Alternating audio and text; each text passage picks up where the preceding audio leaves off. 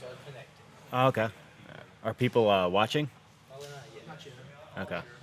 But like when this plays later, this will be the first thing that's on. They'll go. Oh. Like, oh, look at that guy. He's just sitting there.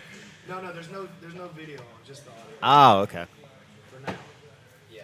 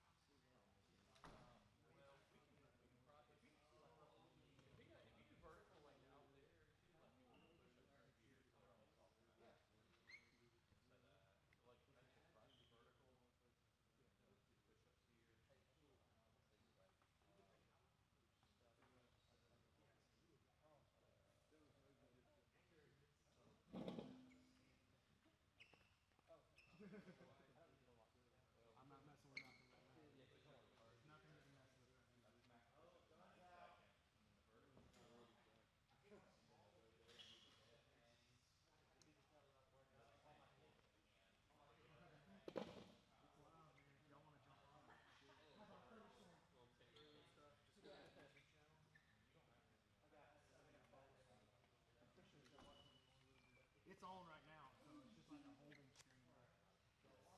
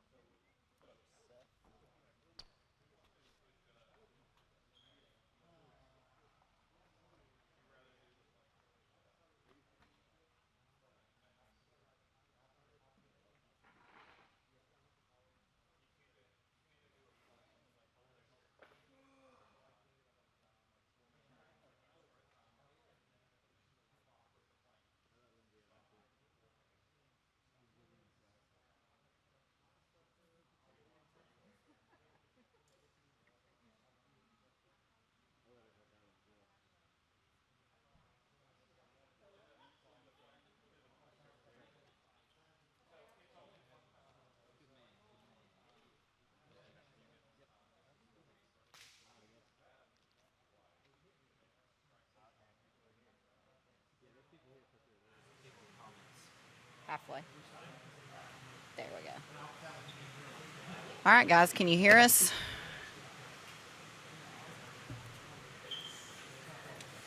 Well. We have the first night of the PGF. So one of the big things I think that's going to separate the PGF from other tournaments or just what other people are doing is you're not really getting a look at the athlete. So I'm huge into jiu-jitsu tournaments.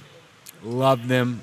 Every weekend I either watch the streams live or I make sure Sunday or Monday to rewatch them. Constantly rewatching matches, especially the important ones. But a lot of times you don't know who the competitors are. You just have no idea who the guys are. And so you don't really get involved with, you don't really get to become a fan, I should say. You don't really know who's competing. You see a guy compete one time, and then you might not see him compete again. Or you'll see a guy compete one time, and then it's 3 months later, and he's competing again. Or let's say an event like EBI, they're competing in EBI, and then 3 months later there's another EBI, but it's a higher weight bracket. What this league is going to allow the viewers to really watch the development of the guys that are competing. You're going to get to really learn about them. You're going to really get to see their stories and how they develop over the course of 12 weeks. So really excited to see how the stories unfold, even more so than the jiu-jitsu. There are very talented guys. There are multiple black belts, brown belts, purple belts in here. But at the same time, There are guys that are not. yeah, there are guys that are not. And so those stories are going to be just as interesting to me, and I think you guys as well, as, I think every story is going to be unique, and I'm looking forward to kind of talking about it. Yeah, for sure. Y'all are gonna have to learn about womp super chat. Oh, yeah. Just got one. Oh, I know. Is that going to be my? Is that gonna, Womp. Nah, I'm a veteran in the game. Okay. I've gotten a lot of super chats. Okay. So you want to give a shout out to? Yeah. We got X-Terps ZX. Congrats on the new venture. Excited for the content. Thank you very much. Brandon is the visionary. Brandon's had this idea for a few years now. My job has always been to kind of shoot Brandon's idea down. He would come in, he'd go, yeah, and he'd come in and go, I have idea for a jiu-jitsu league. And I would just be like, it's not the right time. It's not the right time. And Brandon came to me a couple of weeks ago and, had this new idea. And it felt right, especially with the coronavirus lockdown. The community hours, we wanted people to commit to come down every week and do the league. So, yeah, it's going to be awesome. And I was very skeptical also. But my thing was more like the excitement was going to be there in the beginning, but I was scared that all of the participants would be interested for the entire time. And so I really think that the way that Brandon's got it set up, and, you kind of put your money into a pool in the beginning,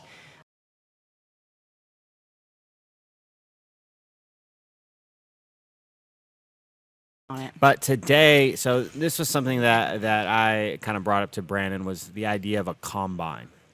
And so what a combine does is it allows you to see the initial stages. So you imagine there's NFL prospects. They're looking to be drafted in the NFL. Well, the combine day is one of the most exciting days for fans of the teams.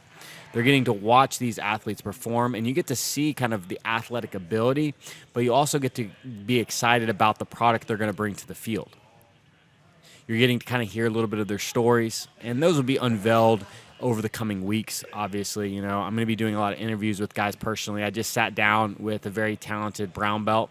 He actually just got his brown belt from Brandon a few days ago, and I just sat down and did an hour interview that I'm going to release tomorrow. But we're really looking to, with this is kind of like a media day. We're going to really track the guy's stats. We're going to kind of get everyone together for the first time. And I think it's going to be really interesting to see how guys perform in these athletic movements, when they're doing.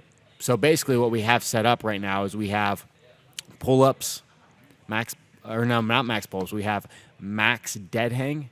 We've got max push-ups. We have a T drill, which is used in the NFL, so it's like an agility drill. We have max plank. We have broad jump and max vertical. So, yeah, it's going to be really interesting to see what type of numbers these guys post. So tell everyone where they can see these interviews that you're doing. Yeah, so I have a listen to them. podcast. My podcast is called The Grappling Discourse. I'm going to be kind of the main media guy for the PGF. So I'm going to be the one tracking down the stories, talking to guys, breaking news, all of that stuff, So essentially, I'm the Chael Sonnen, Ariel Helwani, Joe Rogan side, the commentator, and Brandon's Dana White, and then Keelan is the camera guy. So, and Lindsay, you I'm are Goldberg. Goldberg. Right. Yes. So you play a very important part. I'm so pumped. I am. Yeah, Lindsay gonna be was great. actually asking how she could talk more. She wanted a role where she could talk in front of the this camera. is perfect for me because you just do all the talking and then I just put stuff in every once in a while. That's great. Yeah, can I've been actually working a lot on talking since I've been doing podcasts. I've been noticing my delivery's been improving a ton. And it's funny when you go back and listen to yourself. I've been trying to take out, I say a lot.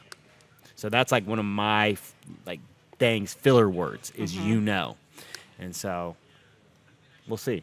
Yeah. We'll see how many times I say as I'm talking unfiltered throughout this event and in the coming weeks. Are you going to count?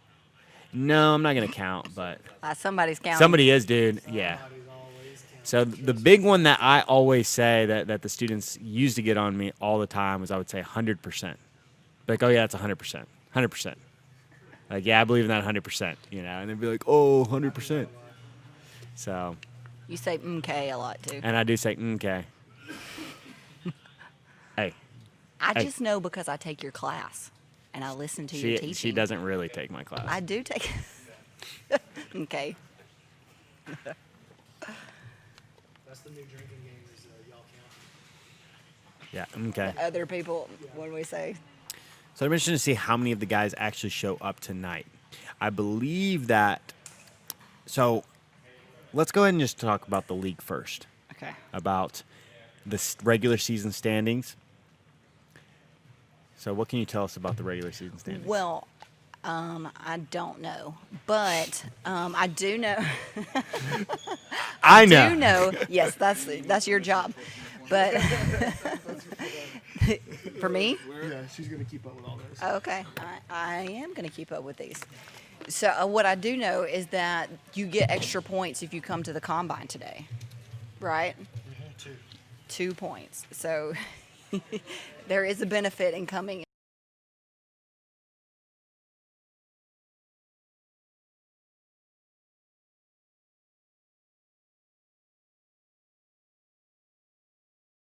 For instance, they're going to have 3 matches every other Friday, I believe. So there's going to end up being more off weeks. The original idea was to have 2 matches every Friday, but since we do have guys driving from 4, 5, 6 hours away, we're going to do 3 matches on Friday instead of 2. So there'll be a couple more off weeks.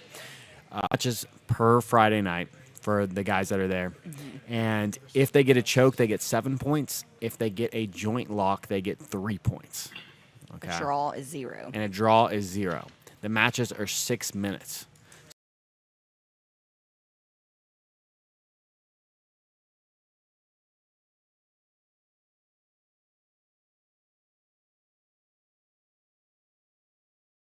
It's gonna really stop guys from just sitting to their butt. You're not gonna see as much, I think, leg pummeling. Some of these no-gi submission only tournaments, especially in the lower weight classes, you're just seeing a lot of guys just kind of sit to their butt. A lot of leg pummeling, guys looking for different leg positions, and when all the matches start to look the same, it can get really boring, in my opinion. Like, no matter how good the guys are, it's like if everybody's just sitting to them, to their butt and ending up in 50-50, and they're pummeling through the honey hole positions. It just doesn't. It just doesn't.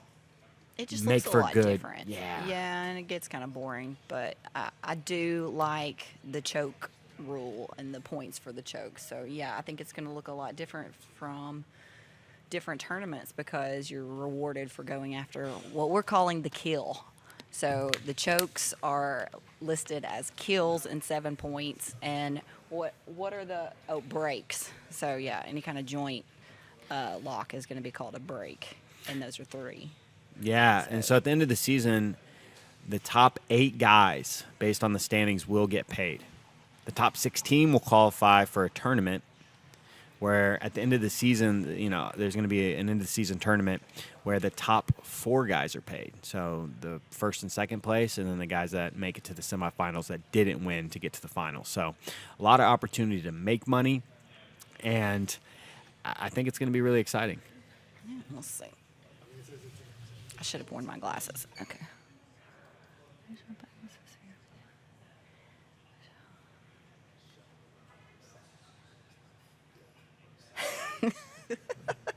Right. It says, Kai Johnson says, love that Matt is still talking even though we can hear a word or two. Okay. Kai, I hope you're picking up every other word, and I hope none of them have been or okay. Okay.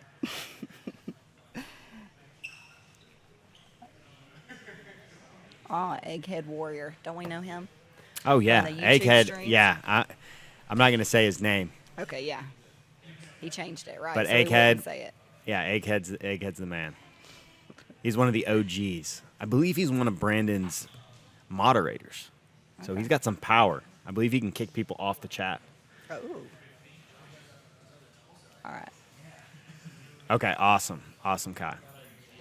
And so the event that I'm looking most forward to, I love watching vertical jumps and broad jumps. I love seeing the leg, like the lower body explosive power.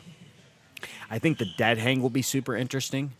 I know a couple of these guys are big like rock climbers, and the dead hang personally is one of my favorite exercises to do for Brazilian Jiu-Jitsu, and it is so difficult. Like, it's one of the most brutal exercises. Like, it makes every muscle in my arms on fire.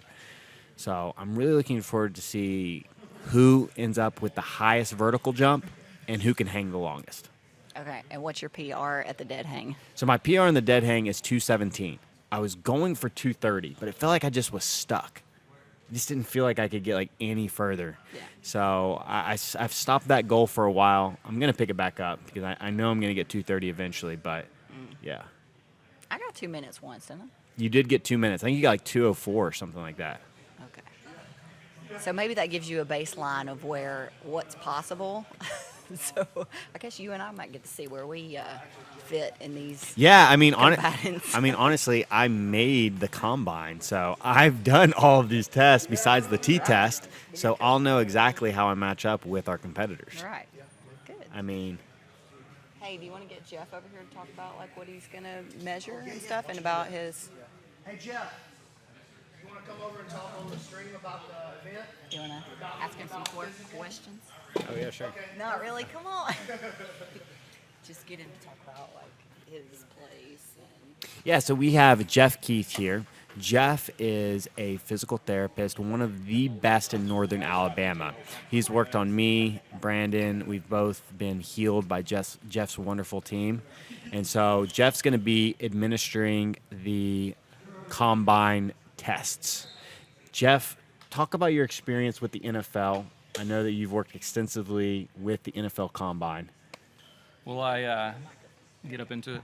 Well, for about the last 17 years, I've been involved with isokinetic testing, the evaluations at the NFL Combine in Indianapolis. And basically, what we do is my part of the test would be to put guys on a machine after they warm up. They would kick and pull and measure their quad, hamstring strength, ratios, those type of things. So that's about it. Everybody goes through it. We print out a report. What they're looking for is they're looking for symmetry in both knees. They're looking for there's a few things you can see on the test. If somebody has a insufficient ACL and some laxity in that joint, there's the graphs will show certain things. And of course, if they see that, they're going to immediately go do an MRI or something. Check out those guys. Wow. And so over the years, you actually physically watch the guys perform the test. Who's been the most impressive athlete that you've seen? Man, I tell you, one guy that was just crazy because of physique was Vernon Davis. He was a tight end for Maryland, and he's probably been in the league for 10, 14 years now. But just his speed and agility combined with his size, because the guy was a monster. That's probably one of the most impressive. And so today, thinking about, there's only a couple of tests that are, that we're doing as well as the NFL, and the vertical and the broad jump and Sure. the T-test. What do you think the best vertical we're going to see today is going to be? Oh heck, man! I wouldn't even know where to guess for these guys.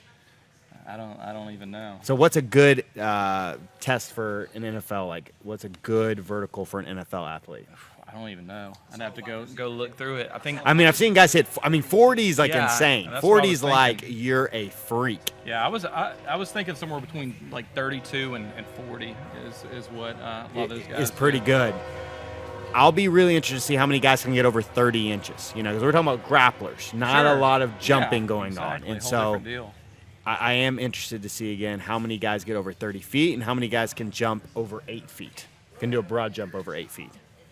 So I'm excited to see that. I'm excited to see these guys move on this little agility thing too. That's going to be kind of interesting running that T drill out there. I haven't seen too many T drills, so kind of explain the T drill here, because I think that's the one that most people will not be familiar with. Yeah, looking at acceleration and stopping and starting. That's the main thing. We're gonna, with the T drill, we start on a cone and we sprint out and touch a cone in front of us, and then they'll shuffle lateral movement to one side and lateral move to the other side, back to the middle, and then back pedal. So stop, starts, cutting, and then of course you're looking at how quickly they can accelerate, which is it's a measure of power. Okay. And I'm really thinking that the plank is where these guys are really going to shine. Oh, 'Cause heck yeah. jiu-jitsu grapplers, core strength is so important. So I Heck think yeah. that's where we're going to really see elite levels. Again, for these guys, is going to be in those plank body weight movements. I think we're going to see some really good push-up maxes. I agree. Because again, we got a lot of guys. You already see these guys coming in. I think A lot of hang. lean I'm and interested in prone seeing that guys. hang too. Because of grip strength, extremely important for Oh, yeah. grappling.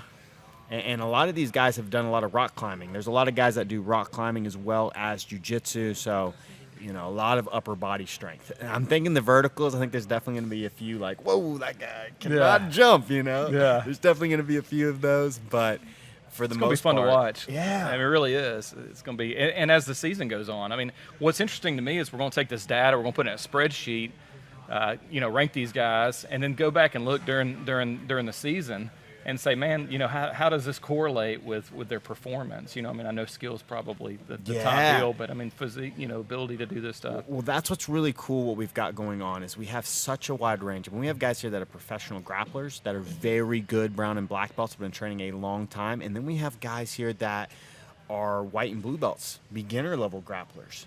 And Oh, wow. it will be interesting to see how strength plays a part. If we do have some just freakishly strong, and I know honestly we've got one or two white belts that are just freakishly strong in the weight room, and super explosive, and how looking at their numbers, how they'll perform over the course of the season. Be just extremely with- interesting to follow yeah, that one. maybe he doesn't win a match, or maybe he wins 7 matches just out of pure Sure. just strength and athleticism. I know guys hate to hear that because in jiu-jitsu it's all about technique, but Sure. we I mean, all that- know that's where it came from, right? Basically being able to defend yourself and small somebody's bigger guy. than you. Yeah, yes, exactly. the small guy, jiu-jitsu, the gentle way, but really more, small guy being able to defeat a larger opponent.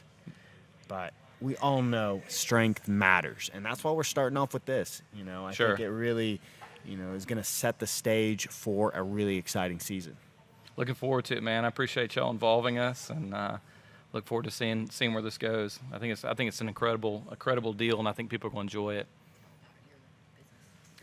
Okay, so my group here is from Physical with an F, F-Y-Z-I-C-A-L, Physical Therapy and Balance Center, and we've done, as I think Matt said earlier, we've done rehab on quite a few of these guys, Brandon, Scaff, few of the others. We do everything. We do orthopedics, sports. We do balance, a little bit of everything. But again, if you need physical therapy, we're there. We're completely one-on-one, which is what's unique for us in town. We're the only therapy clinic I know that does completely one-on-one 40-minute appointments. So Yeah, you guys do an incredible job, and a lot of different services are offered there. I was super impressed with the dry needling. I had heard about dry needling, but never had it done until I went to your to your guys' site, and it was night and day difference, man. It really helped. I had a bad groin tear. It bothered me for a couple of months. I finally just was like, I need to get this looked at, and that dry needling. I guess I've been practicing 23, 24 years, and I've never seen anything as game-changing for muscular issues than the trigger point dry needling that Sung does at our place. So Very, very impressive. And so your place, I can't highly recommend it enough, especially if you're in the North Alabama area. And I've been somebody that's had bad physical therapy, so I know how important it is to get with the right team. And like you said, appreciate it. One-on-one, you just can't beat it. Well, thank you, man. I appreciate it. Looking forward to the season, man. Oh, yeah. Thanks, guys. Thanks, Jeff. So, yeah, that's Jeff Keith again. Jeff is running the Combine. He has experience working with the top Combine in the world, the NFL Combine. He did that for 17 years. So it's really cool. We're really bringing in a lot of different people outside of jiu-jitsu, to help us run this, help us make the PGF as professional as possible. So is Dr. Cantrell here? Dr. Cantrell is going to be physically and shoulders. He's worked a lot with like Team USA boxing. He's worked with Deontay Wilder. He's boxed. That's one of the unique things about him is he's an athlete as well. He trains Brazilian Jiu-Jitsu, but he's had 25, I believe, boxing fights. Whoa, I didn't know that. Yeah, and That's he pretty only cool. lost 3. I guess 24 because he was 21-3. Okay. So he's really impressive combat sports. He's really impressive combat sport resume.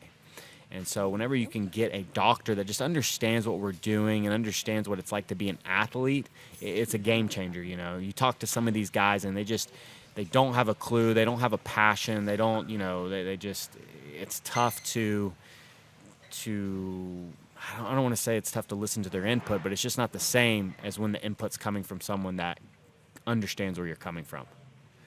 Oh, for sure. Like, I went to him because I was having some shoulder issues, and he will just sit down and just tell me about it.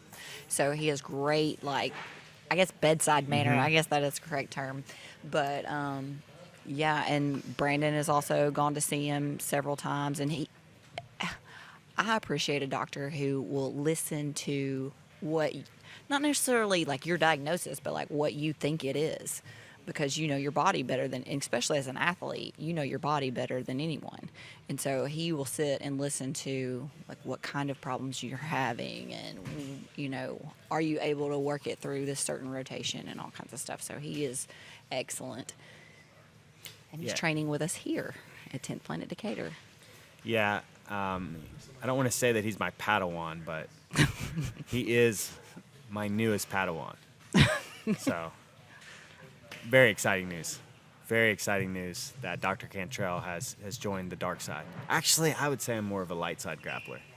Everybody wants to be dark side because they think that makes them sound cooler, but in reality, I'm definitely a light side grappler. Yeah, I would say that's true. You do have a little evil in you, though. So, Kai, this combine is specifically athletic based. So, no grappling's going on. We're just getting these guys' numbers, and we're really just bringing everyone together for the first weekend. I'm meeting some of these guys for the first time. Guys are coming in again for the first time, getting to see the place, getting to familiarize themselves with everyone here, and so it's really more of an initial get together, a little bit of a media day, and the first chance, I guess, for fans to interact and see the participants. Yeah. That's so cool, though, that, you don't have to be some jiu-jitsu superstar to be a part of this. And Brandon's already had interest from several different parts of the country, let's take this model and do it where we are. Thank So yeah, it's super cool that you don't have to be, at the top of the jiu-jitsu tournament game to be in something like this. It just reminds me of more small town church league basketball or, youth league softball or that kind of thing. But, you do have people driving from, what do you think the farthest is? I think 5 hours. I know we got somebody coming from Louisville, Kentucky. So Louisville's probably 4.5 hours from here. And I think there's somebody coming from Illinois that's 5 hours. So, yeah, it was tough. I mean, there were a lot of people wanting to, asking Brandon, hey, I live in Texas or I live in Florida. And it's like, man, we just can't rely on you to be here multiple Fridays over the course of 3 months. Right. And so it just wasn't realistic. Had to turn around a lot of guys. But, we're hoping this thing really starts to take off, and this will kind of be like the SEC. This will be a conference in its own. There will be a Northeastern conference. There will be a Midwest conference. How many ever? Let's say there's 8 conferences, and then at the end, you take a bigger pool of players, and they meet for a national tournament where there's a big cash prize.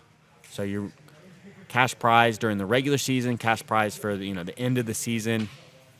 Tournament for your conference, and then you have a national tournament, just like basketball, the NCAA tournament, where you're getting together 32 guys for a giant tournament, and we'll say the winner gets $10,000, that type of thing.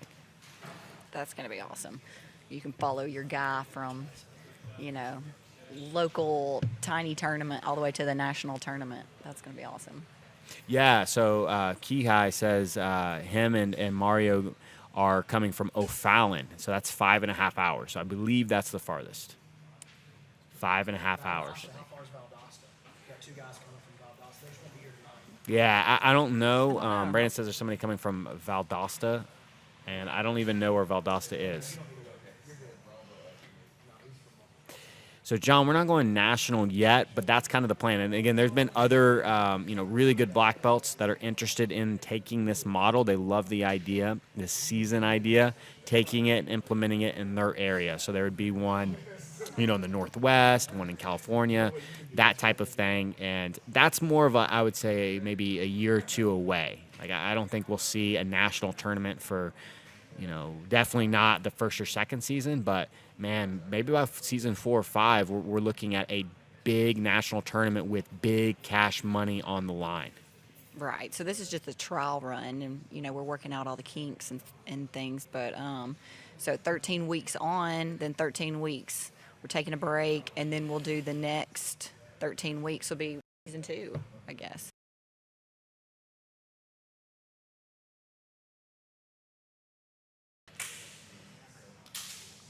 So any big sponsors?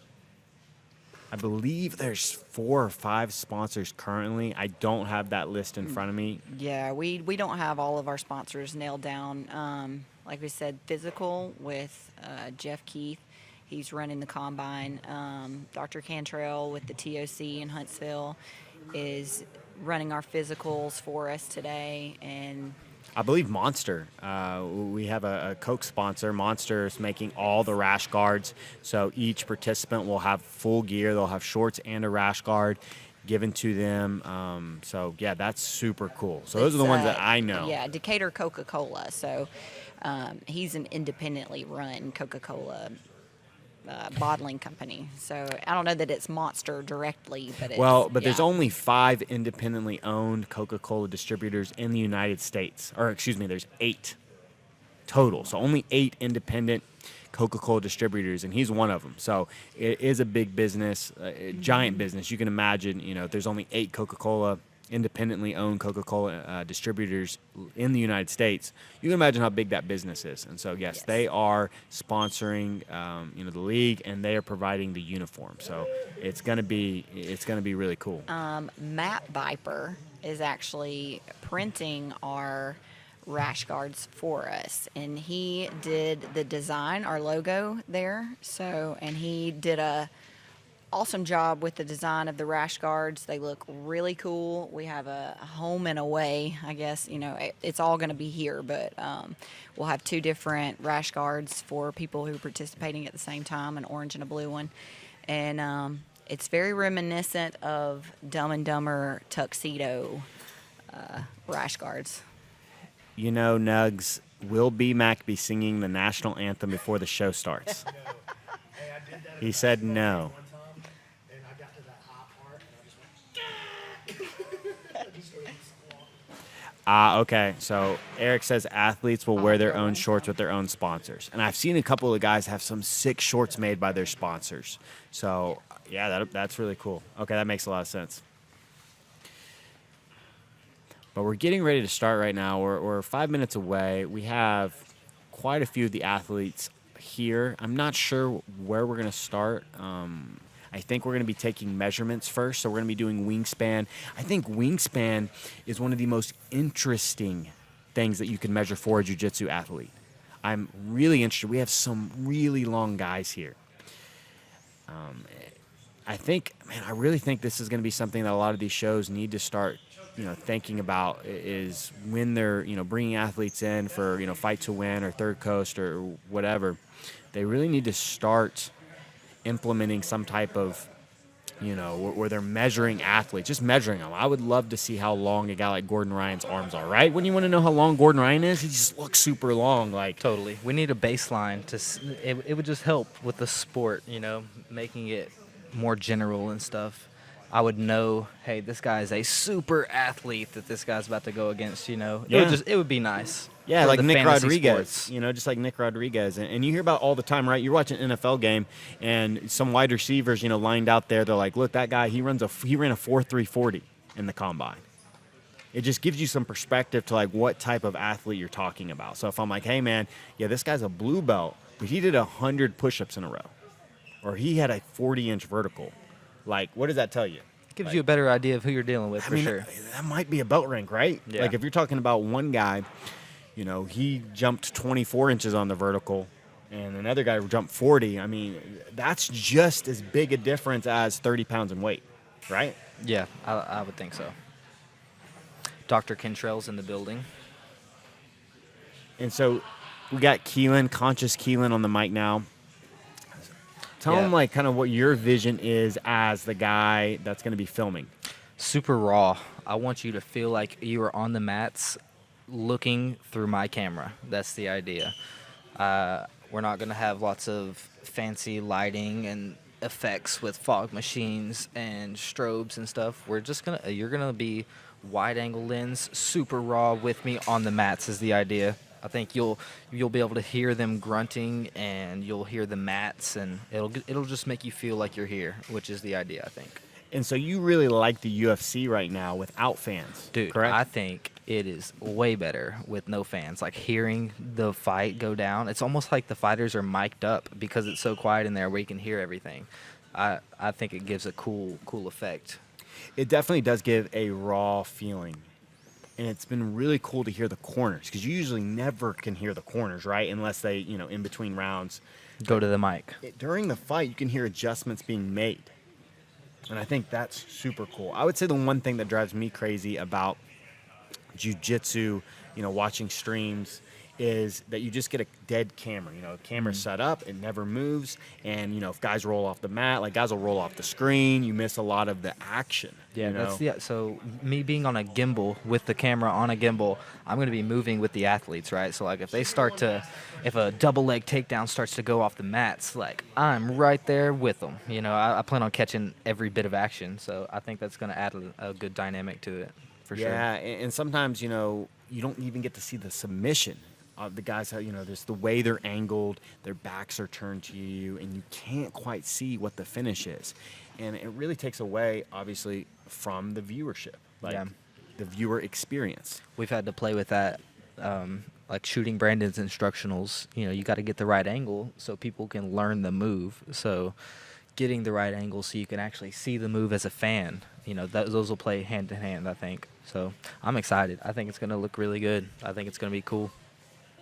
Yeah, I'm really excited to see how, what the product looks like and how it develops over the season, because this is also something that's going to be developing, right? 100%. Me and Brandon and I spent a couple hours today setting up this stream, and we jumped lots of hurdles and overcame lots of obstacles to bring this stream to you beautiful individuals.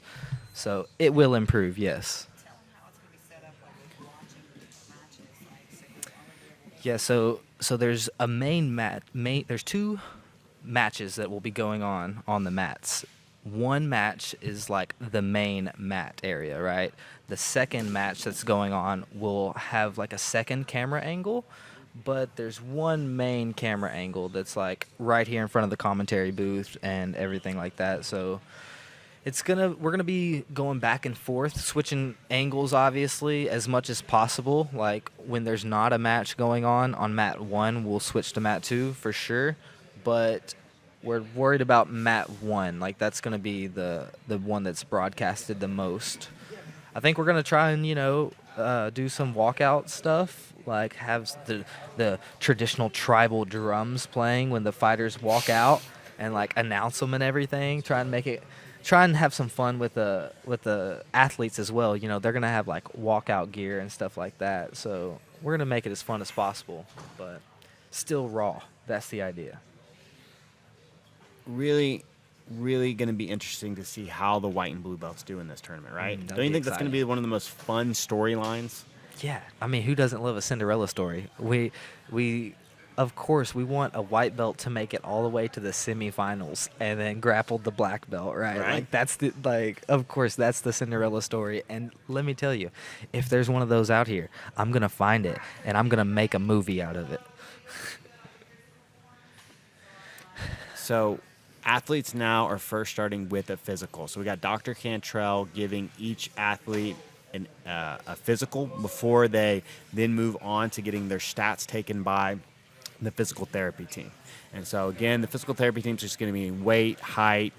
I believe they're going to be getting the body mass index, the arm length. Maybe I'm not quite sure what else they're getting, but we'll make sure you guys get, especially if there's anything freaky. I mean, we're looking for freaky stats here. So, this guy's 5'8", but he's got, a 6'5", arm length. That's what we're looking for. So, Eric, I'm not quite sure. I know that there are quite a few white and blue belts. So, if we have 32 guys, I want to say at least 10 of them are white and blue belts. I know that there are one or two guys, I think there are 2 guys that don't even really train. Like, they don't train at a gym. They're just, I don't know. I mean, we're going to have to talk to them and ask why they've entered. But, they paid their $200 and they're going to give it a go. So there's going to be a lot of, black belt versus black belt matches. But that same night, you could have, a white belt versus a purple belt. And a white belt that doesn't train versus a purple belt. So I think that's important.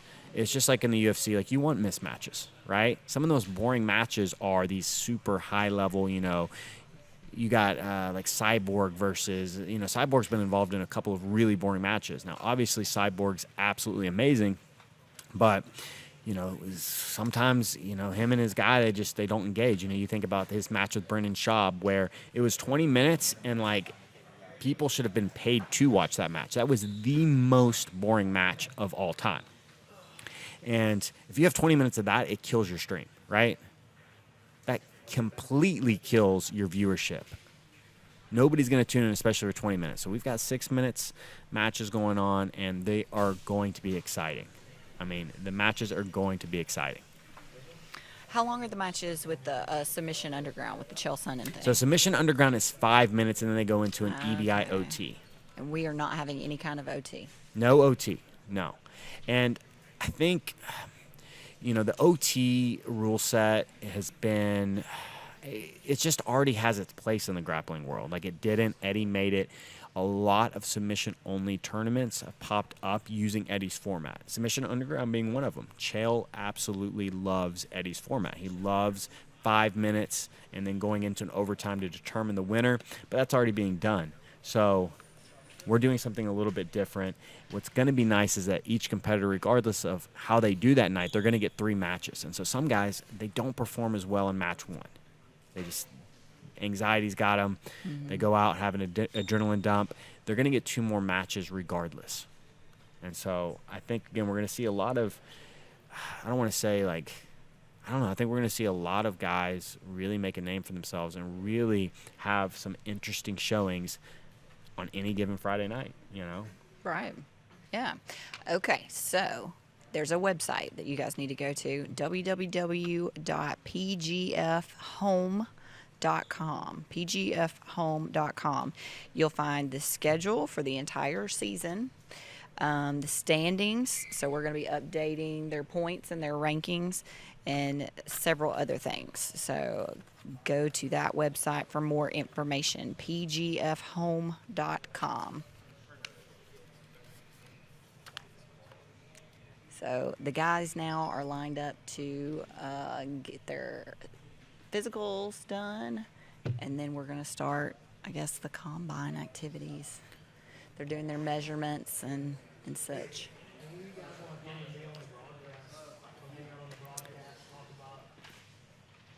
Yeah, so we'll be having athletes jump on here. Yeah. I'll be asking them some questions, some personal questions, and just asking them, why they're competing, why they're interested in the league, what they're excited about, with the league, and what their realistic expectations are. If you're a blue belt, like realistically, how are you expecting to do? Like, what's a best case scenario for you? Yeah, great choice here. Josh. Hey, Josh, come over here. All right, so we have our first guest stepping up to the mic here. We have Josh Daddario.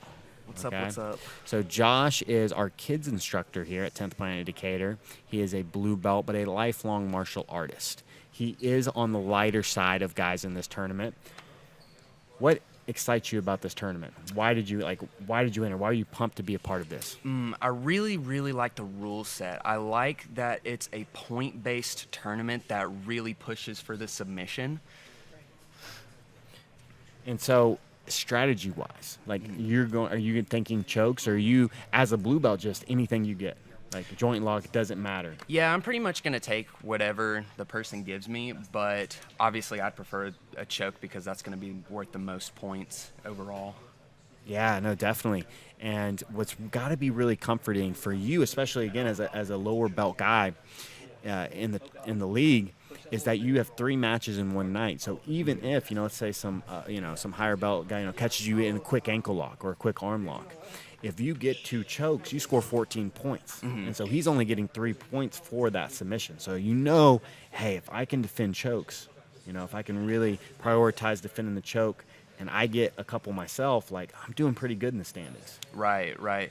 Yeah, and it also gives you a chance to make a comeback. Like if you've got a rival in the tournament and they're getting most of their submissions with breaks, I mean, you can get a couple of chokes in there and you're already ahead. And so realistically, as how much do you weigh? 145. So as a 145-pound blue belt, like realistically, like what are you hoping to achieve this season? Like where are you hoping to finish in the regular season? I'm really hoping to finish from the back. I really want to finish from the back, but I think. Oh no, I mean like regular season standings. I mean like at the end of the season, like realistically, like what's your goal? Like make the tournament, try and get top 10. I'm thinking it's more. I'm really aiming for top 10. I think that would be pretty good, but honestly, like I'm just excited to be here. There's a lot of purple, brown, and blacks mixed in there, so I'm just gonna go out there and do my thing. Yeah, and so how are you preparing for this tournament? Is there anything you're doing special, or just another day at the office? I would say just another day at the office. I'm sticking to some of my more challenging training partners, keeping a good, healthy diet. Nothing. And I'm studying more footage and stuff, but other than that, nothing like super out of the ordinary. And it has to feel really comforting to know that even if you lose your first match, you got guaranteed, 19 other matches, or is it 16? Yeah, so you have 19 other matches. Mm-hmm. And so you can go out, do terrible your first match, and it's one of 20 matches. It's 5% of the season. And so you really do have a lot of matches to improve and show your best jiu-jitsu. Like that some of those matches you're going to be on. You're going to be on fire. Yeah, I'm really hoping to come out of this tournament a better grappler than when I entered in. And I think having 20 matches to allow me to like go back and look at where I was from where I started and where I ended up, like I'm really excited about that. What do you want the people to know about? What do you want the people to know about your style? Like, what can they expect from your matches?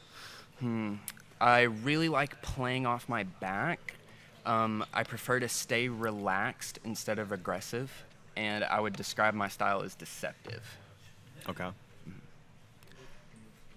I like that. Yeah. And so, lots of back takes. Are you going to be pulling guard? More than likely, yes. But I'm not afraid to stand up with somebody. All right. I like it, man. Well, good luck this season. We'll be hearing a lot more from you throughout the season, and I wish you, again, nothing but the best, dude. Yes, sir. Thank you very much. Yeah. Halfway home, you got 45 more seconds. So, again, that's one of our brand new blue belts.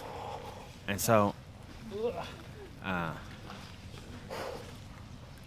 I'm with you, Egghead. Look, Egghead, you gotta be realistic, and that's kind of my job here. I love him, one of our blue belts, but realistically, you know, top 5 is gonna be real tough for him.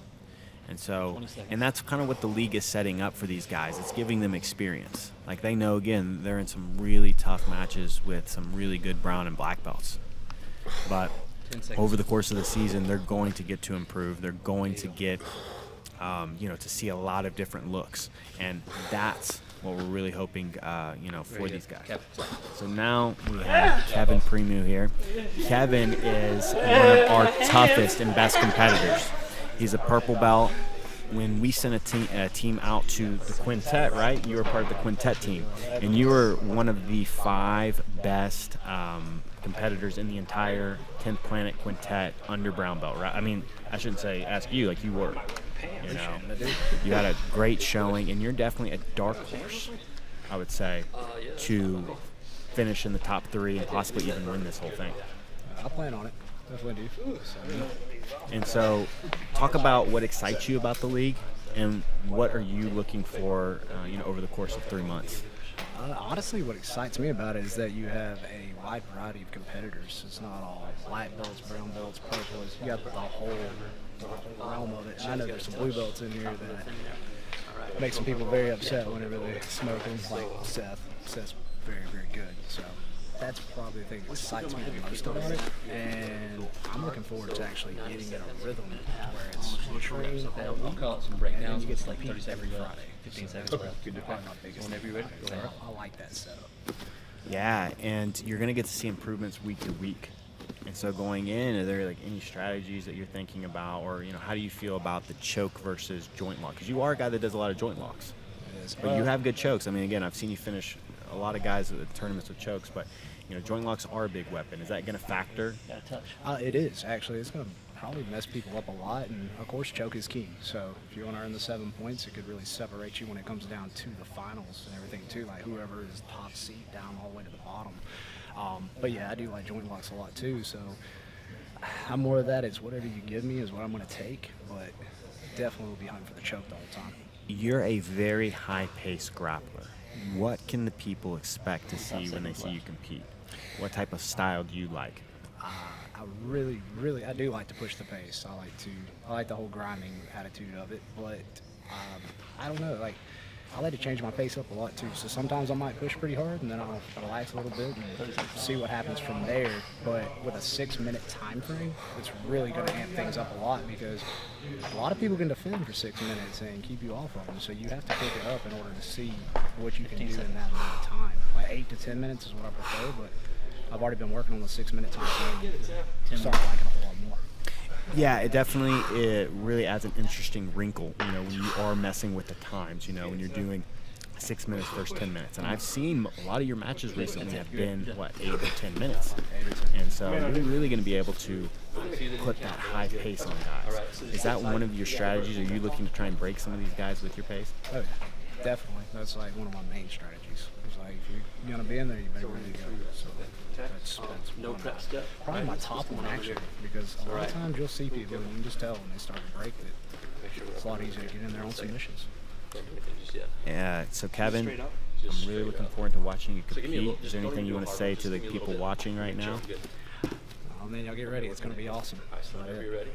All right, so there's Kevin Primo again. I think he's one of the dark horses. He's a purple belt. He's been a purple belt for a while now, but man, he has a lot of competition experience. He's competed against some really tough dudes in some big tournaments, and again, I think he's a guy that could really, if you're looking for that, hey, not a brown or black belt to possibly win this thing, to finish in the top 3, really make a name for himself. I'm telling you, Kevin Primo's the name and the guy to watch. So, got Clay Malone here from Triad. Clay is a lifelong martial artist. Triad is one of the strictest black belt policies for their karate black belt.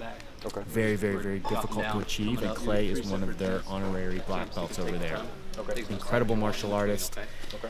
Talk about what excites you about this tournament. Why did you decide to join, and what are you looking for in yourself over these next 3 months? Oh man, as a lifelong sports fan, it's to actually see combat sports having something like this was awesome. I mean, getting to see it every week, and before you had to wait weeks, months to see your fighter fight again.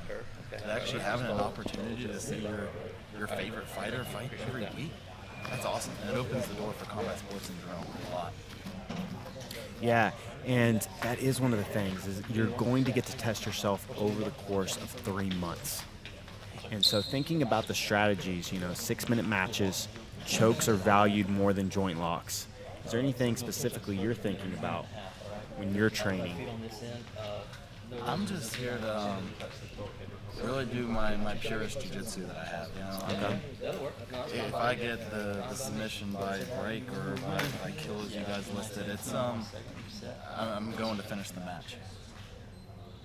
And so when you're thinking about being a blue belt in this, a bracket, or I should say a league with purple, brown, and black belts, but at the same time, you're a guy that's been training martial arts so long, it has to feel like the belts don't matter as much to you, because you do train to school with tons of Brazilian Jiu-Jitsu black belts. You're constantly on the mats with Brazilian Jiu-Jitsu black belts. It probably isn't as intimidating as some of these other guys coming in.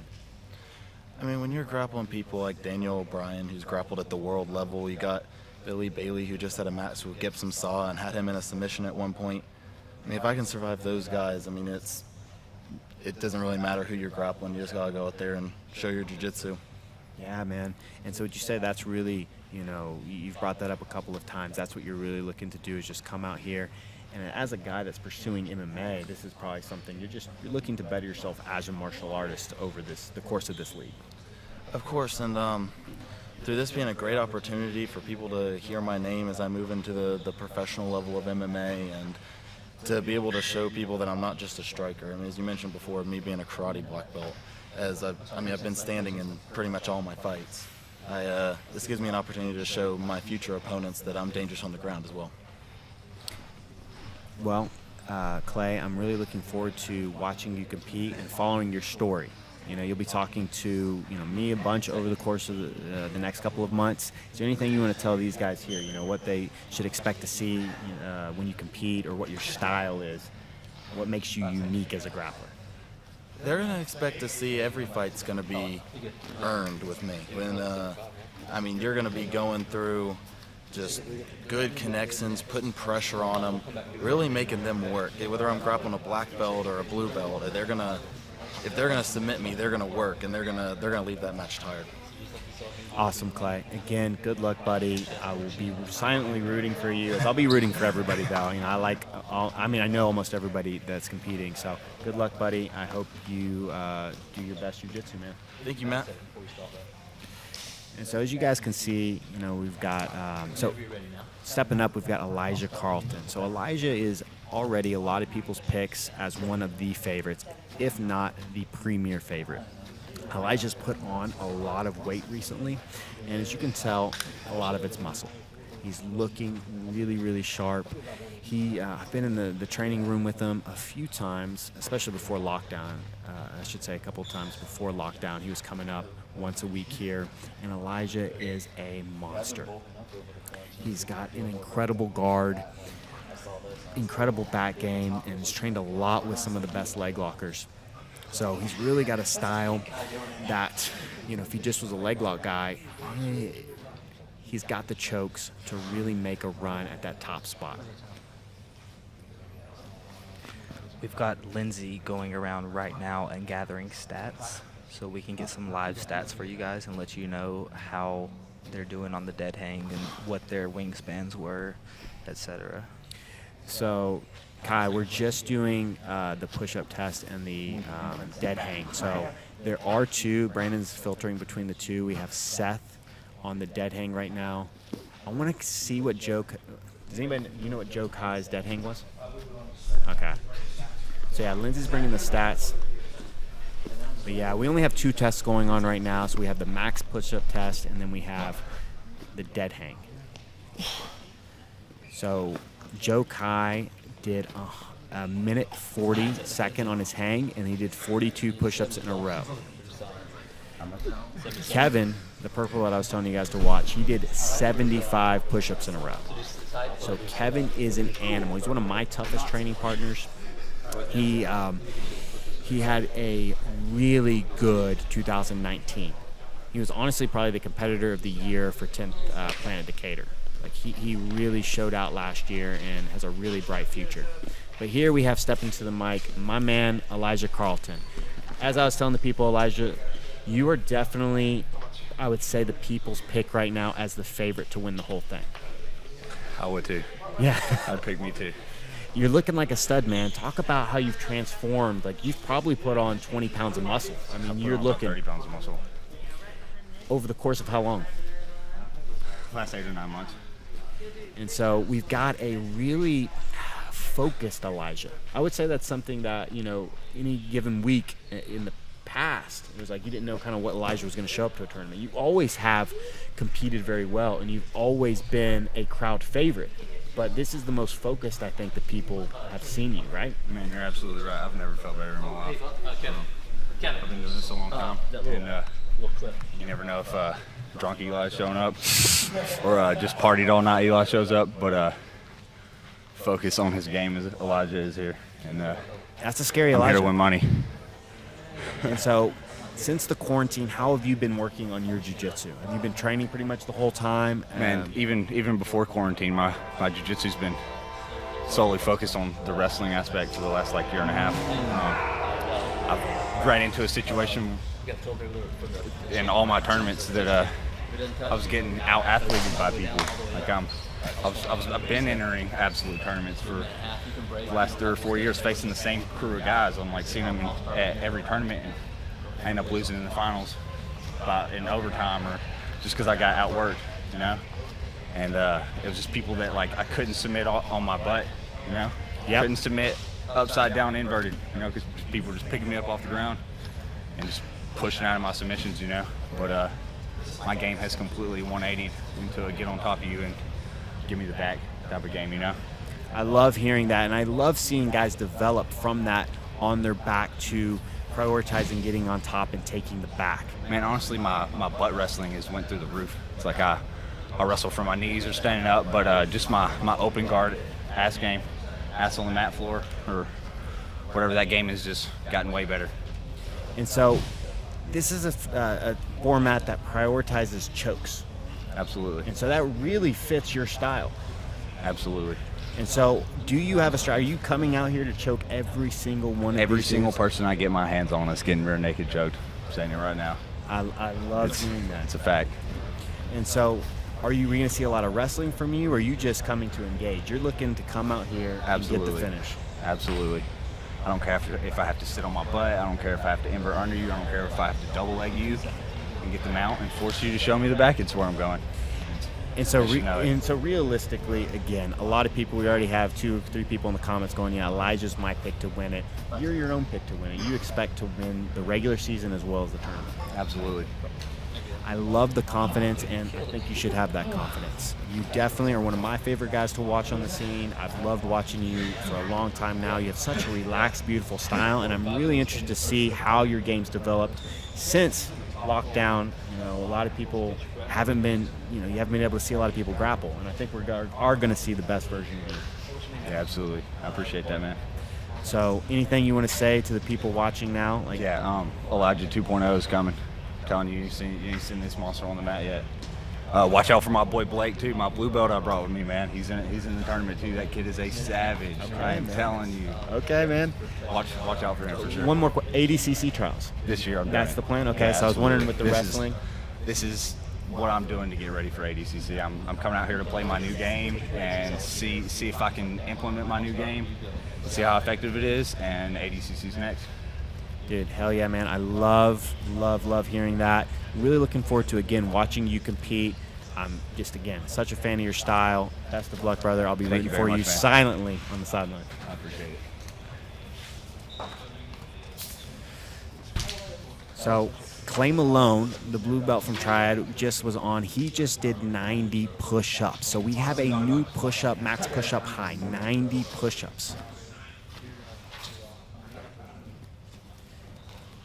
90 push-ups. That's amazing. So here we have Lewis Collins. So Lewis is a very active competitor, and he is part of the 10th Planet Northern Alabama, part of 10th Planet North Alabama family. Okay, Lewis, let's talk about how much you're looking forward to doing this league and what you're expecting to see out of yourself in this league. Well, I've got to have quite a bit of preparation for this with COVID and all, and not having to worry about work. So I feel pretty good about myself now, and I believe that I will grow a lot from this and definitely be a different grappler by the end of the Yeah, it's got to be really exciting. You know, you are kind of becoming a seasoned blue belt as you're looking towards that purple belt, because it's definitely in the horizon. And so this has to be something that you're thinking can push you over into that next SEAL level to, you know, earning that purple belt. Yes, definitely. I feel like I could definitely demonstrate quite a bit of techniques that I've come up with over the past few months and years, and just demonstrate that I've been at training the whole time. And that's got to be something like, is that one of your main goals, I guess, is to really progress to that next level? You know, using a tournament like this where you're competing week in and week out and developing over the course of the season and really becoming a better version of Lewis Collins. Oh yeah, because getting to train with all these guys that have obviously been doing this for some people twice as long as I have. Oh yeah. It's gonna be a great experience to progress and see what works and what doesn't.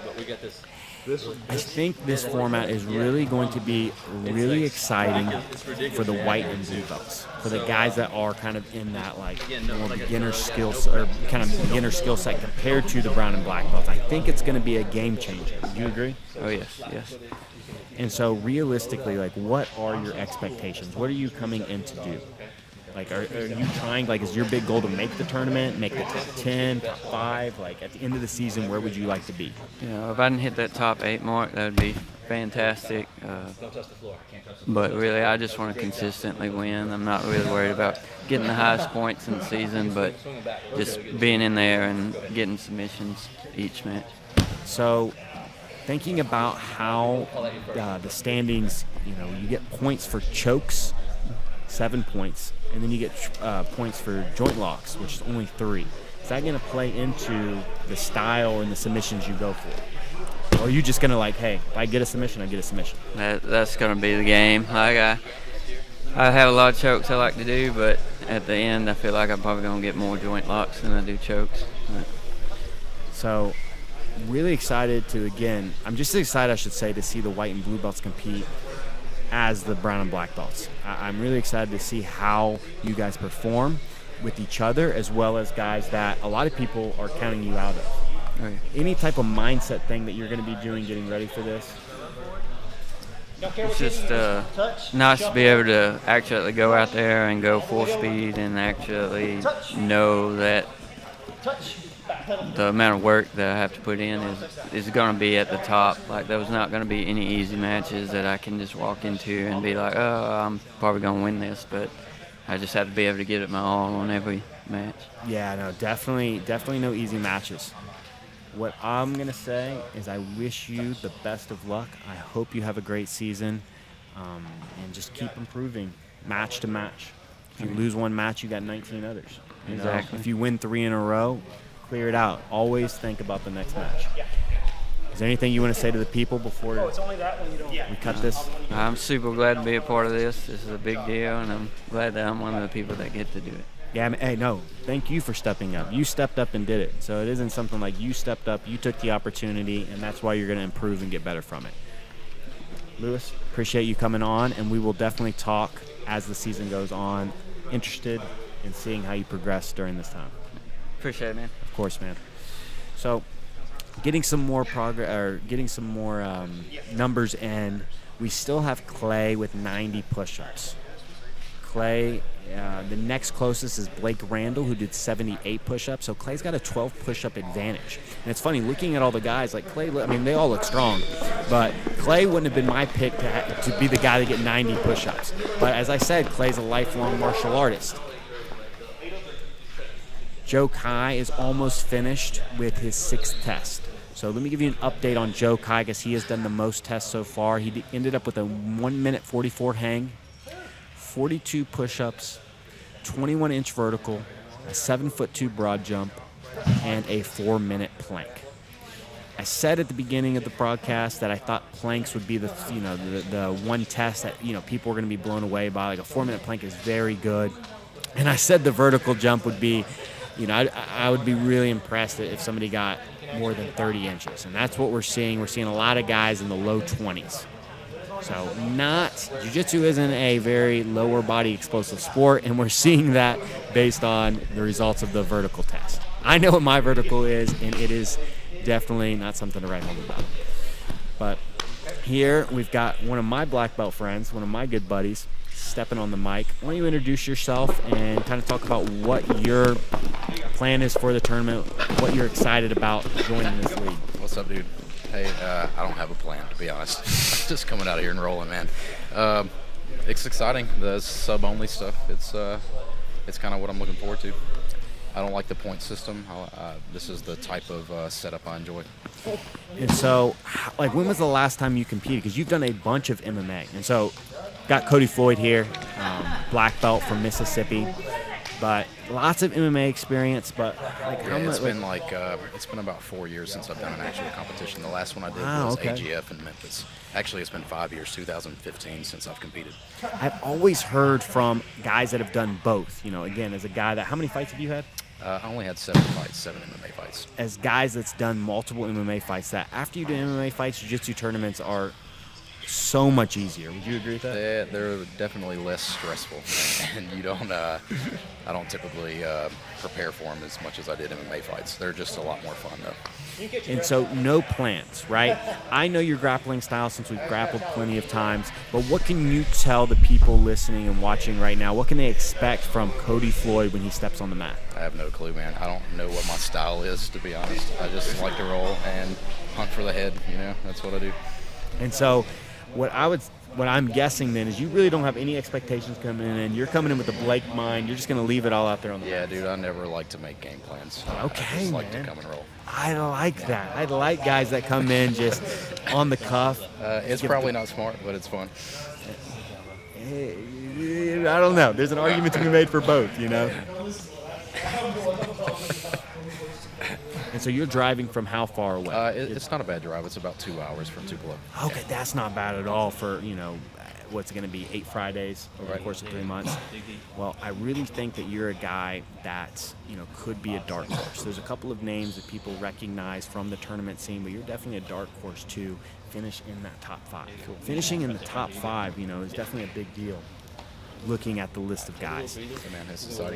Yeah, and so obviously getting to that 16-man tournament, that's the first goal, right? It's just getting to the 16-man. Oh yeah.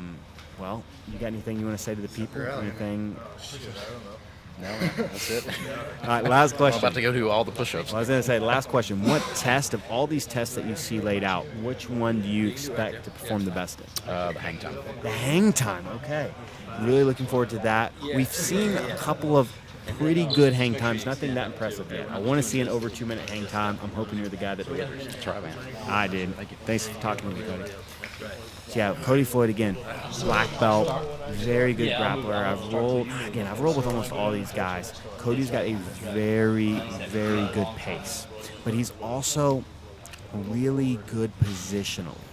So he can play a point-style game, but at the same time, he does have a few really good, especially chokes. So I think his style is going to be perfect for the PGF, and I think he's a guy that you should expect to definitely see in the top 8. I would be shocked if he didn't get in the top 8.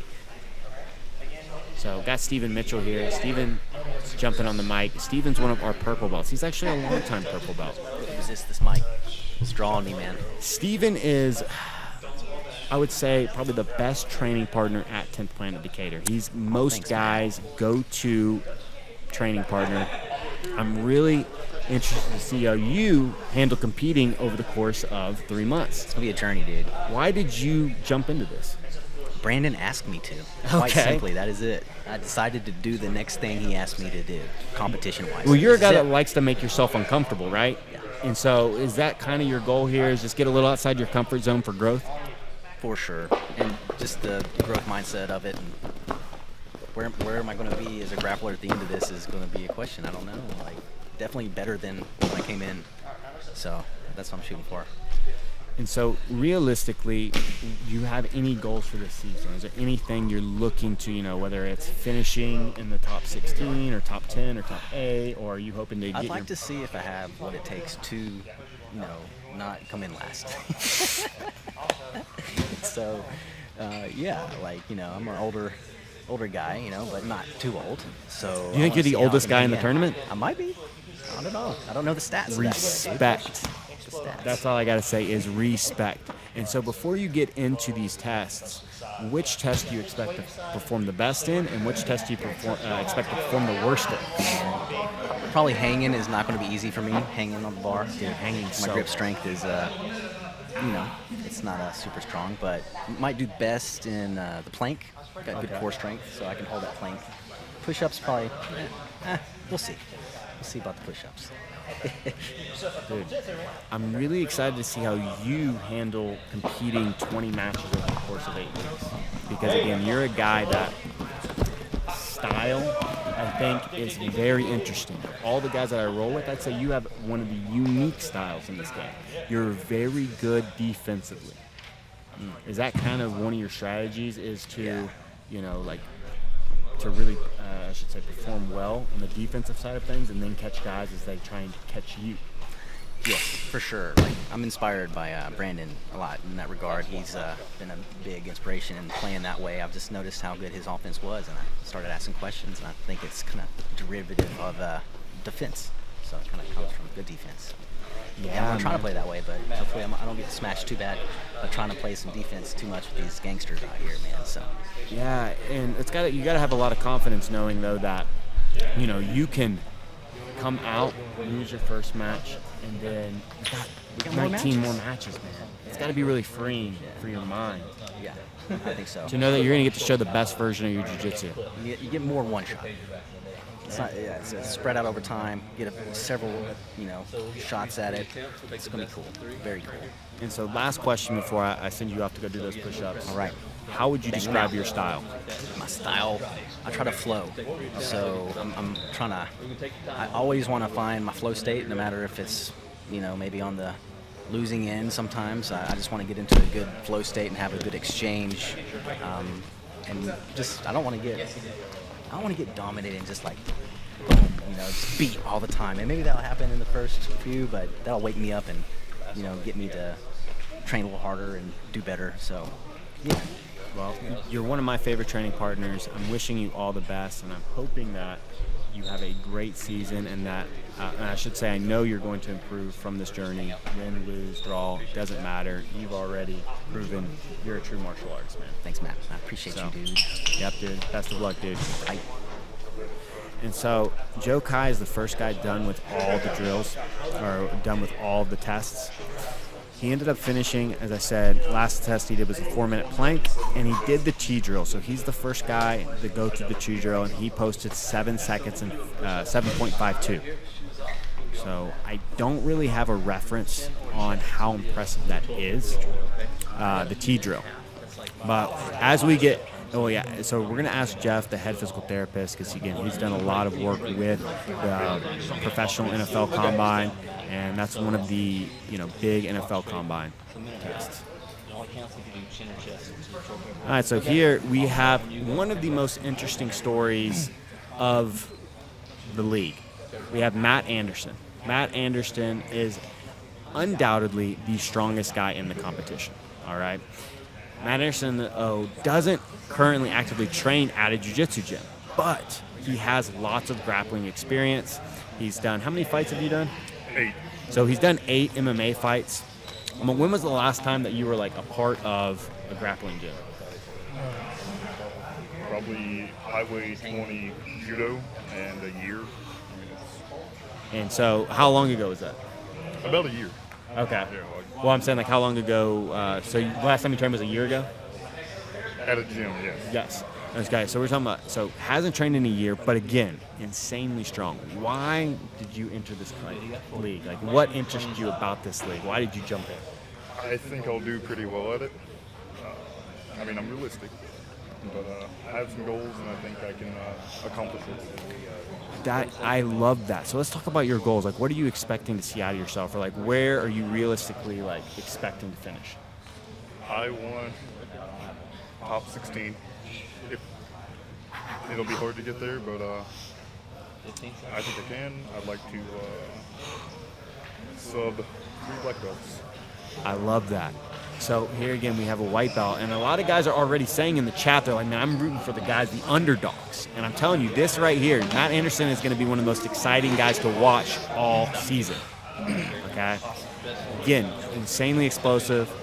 He's got pretty decent grappling technique. He's not a bad grappler. And I think he's going to overwhelm some guys. He's going to beat some guys that are not expecting, that are counting you out. All right? And so how would you describe your style? Like, what type of submissions are you going to be looking for?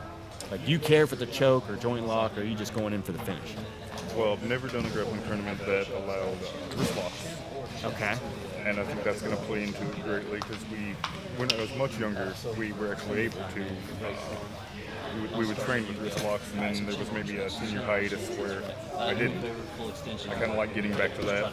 But, a lot of arm-in chokes, and I like to do a Russian cowboy. Okay, man. I love it, dude. I love it, man. And so, over the course of the season, like, how are you expecting, like, from week to week to, kind of keep your body prepared to grapple all these matches? I mean, this is 20 matches over 3 months, man. That's a lot of matches. Oh, yeah.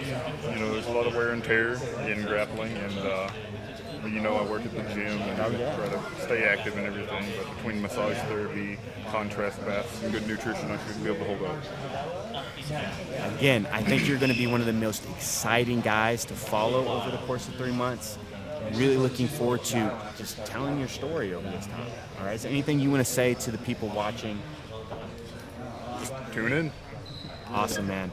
Well, I think you're going to have some really impressive numbers. I'm looking forward to seeing you get out there and hit some of these tests, man. And so, again, that was Matt Anderson. Matt Anderson is definitely a guy that I'm expecting to have some major upsets. And he's the guy, again, like you said, he hasn't trained at a gym for over a year. It's been over a year since he's trained at a grappling gym. But he has a lot of experience. So he is a guy, like, if you're looking for, if you're looking for that underdog, that guy to root for, he's definitely going to be one of the fan favorites. Definitely. So here we have Jonathan Roberts. Is it Roberts or Robbins? It's Roberts. Okay, so we have Jonathan Roberts here from SBG. SBG is definitely kind of like the cousins from a little bit further south. Brandon goes down there and works and teaches a little bit, maybe once or twice a week, especially when their guys have fights coming up. So you've worked personally with Brandon a lot. Why did you join this league? Like, what interests you about a submission league? Well, one of the biggest things is the rule set, and getting to compete against every opponent multiple times throughout the season possibly. So there's nothing left up in the air. And I love the rule set for the fact that somebody's not going to pass your guard and then stall you out and kind of quit going a little bit. I do love the point contests as well, and I compete in those quite often, but I'm pretty intrigued by this rule set. And so thinking about how chokes get you 7 points and joint locks only get you 3 points. Is that going to play into how you grapple, or are you just thinking, look, if I get a submission, I get a submission? Well, definitely depending on the opponent. There's a couple really game guys here, and I'm going to take what I could get with some of these guys. But I do prefer breaks generally, but I definitely am going to be going for chokes when I can. What's your signature submission? Like, what's your one move you're like, this is my bread and butter? Definitely, if you ask anybody, my bread and butter are arm bars for sure. Okay, I've heard elbow that. locks. I've heard that. I heard you have a tremendous arm lock. As a guy, again, that bread and butter is only counted as 3 points. Mm-hmm. How do you feel about that? Well, my second bread and butter is a Darce choke. Okay. So if I could get there, I could hit it from all angles. Darce is one of my favorites. So I'm looking to get a couple of those during this competition as well. And so realistically, what are your goals? Have you thought, hey, at the end of the season, I want to be here, whether it's the top 16, top 10, top 5, champion, realistically, where do you want to end up? Well, obviously, there's a lot of tough guys in here, but I do think I have what it takes to win it. But I, of course, want to make it to that Sweet 16 to get a chance in the no time limit submission only. I know there's a lot of tough guys here, and I'm, really looking forward to testing my jiu-jitsu against them. But I would love to win this thing. I love hearing guys that have that confidence in themselves and in their jiu-jitsu, that they know that, hey, I've got a chance to do this. Mm-hmm. I have a chance to win this. And you're definitely a guy that I think some people, might consider a dark horse. You're a tough brown belt. And again, I've heard a lot of guys, we've never rolled, but I've heard a lot of really good things, about your style. And I'm excited to see how you perform and how your journey goes over this next 3 months. Is there anything, you want people to know about your style, or about, the kind of the energy you're bringing to the mats? Are you going to pull guard? Are you going to, try and take down and end up on top? What do people expect from your matches? Yeah, so it really depends on the match. Once again, I do like playing guard a lot, but I do also like passing guard and getting that Darce on top. But I'm really looking forward to surprising some people with some jiu-jitsu, and I hope they have a good time watching it. Dude, love it, Jonathan. Best of luck, man. Again, I'll be silently rooting for all you guys. I'm just can't say enough how impressed I am for everyone that stepped up and is doing this league. It's honestly, it takes a lot of balls to do it. So. Oh yeah, putting it on the line, getting beat in public. There's nothing like that. I mean, nothing like it. But it's going to be a good time, and I'm really excited about what BMAC's doing with this format, and I'm privileged to be part of it. Awesome, man. Well, again, Jonathan, best of luck, man, and I hope your tests go well here. Yeah. We'll be talking a bunch over the season. It is. Thank you. So, Jonathan Robbins, again, from SBG in Birmingham, a really tough brown belt. He's one of the few guys I haven't rolled with here, but I've heard a lot of good things. I know a lot of guys that have trained with him. Here we have possibly the biggest dark horse of the tournament, a guy that nobody's heard of, but that has insane firepower. We have Seth Tatum. Seth is one of our blue belts here, and have you ever, you've won gold at every tournament you've ever entered, right? Not every tournament. Okay. The recent ones I've been fortunate to win the gold. Okay, the recent ones then. He's on a good streak there. But Seth, your game is set up perfectly for this format. 7 points is a choke, for the chokes. 3 points for joint locks. You're a guy that struggles in the leg department, wouldn't you say? But you could get submitted in your first match by leg lock, and if you win your next 2 matches by choke, you're scoring 14 points. And so you have to feel really confident in your technique, in the techniques that you perform well, that you're going to rack up a lot of points here. Yeah, that's kind of what I'm banking on. The whole choke aspect is something that was appealing whenever it was presented to me as well. And so, thinking about these matchups, all right, you're a blue belt, but you train with black belts all the time. I mean, you train with me and Brandon all the time. You train with a lot of tough guys here. How is your style going to change and your mindset going to change from opponent to opponent? Are you going to be thinking, hey, any submission I get on the upper belts I'll take, or are you just going in to choke every single person? Well, the chokes are primary naturally for one, just because of the points, and then also the aspect of it's just kind of where my game is at the moment, more chokes than joint locks. But yeah, just if there's someone that's bigger in stature than me, I'm going to favor the back or the guard. You know, I'm fortunate enough to have long legs, longer body type, and so the weight classes as they're structured right now, you know, if I get somebody in the guard, I still feel confident. If it was somebody that was 300 pounds, maybe not, but you know, it's basically, you know, look for side control, guard, back, and then look for a choke from there. Realistically, how do you expect to finish in this league? Like, what are your goals? Are you looking to just make the tournament? Are you looking to get 16? Or are you looking to finish in the top 10, top 5? Like, where would you like to see yourself at the end of this season? Well, if I can make top 10, I would be happy with it. I'm aiming for top 5, but that being said, again, as a blue belt, you know, there's plenty of exceptional competition and competitors here. The number one goal that I have is not so much where I rank, but just getting acclimated to the competition mindset. But like I say, that being said, if I can finish in the top 5, you know, because I rack up choke points, that's good with me. Again, I really think people are going to love your story throughout the season. I think you're a guy that's going to continuously improve throughout the season, and you're going to catch a lot of guys that aren't expecting it. I really think so. So I'm looking forward to watching you. Anything you want to say to the people watching right now? What can they expect from your style? Well, if you find something that's worthy of note, just shout it out in the comments and let me know, because again, just blue belt, just got a blue belt. Hadn't even been a blue belt for years, so it's brand spanking new. But I'll try to be as consistent and as winning as I can, I guess.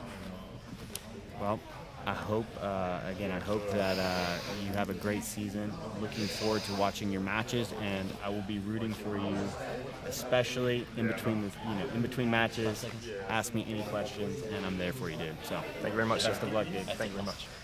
Yeah, Seth is an absolute savage. He's definitely a guy that I'm expecting to make the top 16. His game is set. You're talking about making a game, especially for a blue belt. Like, hey, we want a blue belt to enter the tournament, a league format like this, and a league format like this, and really put on a good showing and really finish in the top 10, surprise a lot of guys. Seth Tatum's game is built for it. His triangle chokes and his rear naked chokes. I mean, I've seen him tap plenty of purple, brown, and a couple of black belts that have visited. So he definitely has the firepower to submit top-level guys. Now, as I said, you know, and he's very well aware because obviously he's our student. But you're gonna the combine. Brandon's saying that we're doing the combine when this is over. So me, him, and Lindsay are gonna do the combine and see what we get. But yeah, Seth Tatum is, again, his game is set up to excel in this tournament. And a guy that, honestly, by the end of the season, he could be a purple belt. So Elijah Carlton, our favorite to win, my favorite to win the tournament, and a lot of people's favorite. We have 77 push-ups. He finished, he's the first guy I'm seeing with over a 30-inch vertical, a 30.4-inch vertical. He did a 54-second hang. So Elijah's really long and on the heavier side now. He's probably close to 195. So hang is on the lower end and not as high as I expected. His broad jump, though, a lot of lower body explosion from Elijah. He did an 8.5-foot broad jump, so over 8-foot broad jump, really showing that he's an athlete. Elijah did an 8.5-foot broad jump. Yeah, he did a almost 31-inch vertical. So yeah, he's like the first guy that's like, oh man, those numbers are popping out. And his T-drill, though, 8 seconds. So agility in the mid-range from what I'm seeing. But, yeah, that lower body power and explosion is really, really exciting. Oh. So, yeah, Elijah says he has a tournament tomorrow. So I believe there's a brown belt absolute going on in Tennessee. So Elijah is probably the favorite to go win that thing. But here, all right, why don't you introduce yourself? Introduce yourself to the people. My name's Blake Randall. I'm a blue belt, and I train with Eli.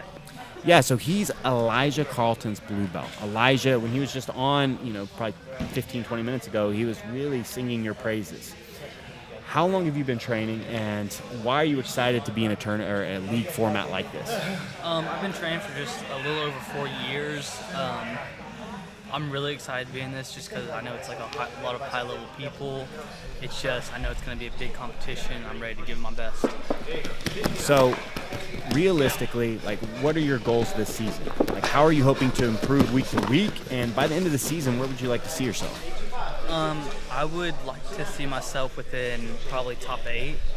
I know it's going to be a difficult challenge. I'm definitely not on the heavier side. I'm weighing 138-ish, and just got my blue belt, but I'm hoping to come up top 8.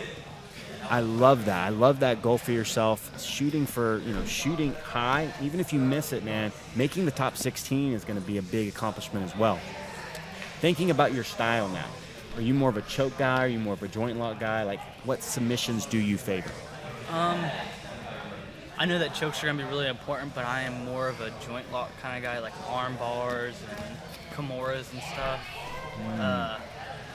Leg locks too. I like some leg locks, but one of my favorite moves is definitely the arm bar. And so thinking about, being a blue belt, being a guy that is an underdog, a lot of people say is going to be an underdog over the course of the season. What type of mentality are you bringing into matches with higher belts? You're going against a brown belt. I'm definitely going to pick up the speed because I've wrestled for 3 years, so I got amazing cardio. I can go for a long time without slowing down, so I'm just going to keep the speed up and just push them the whole time.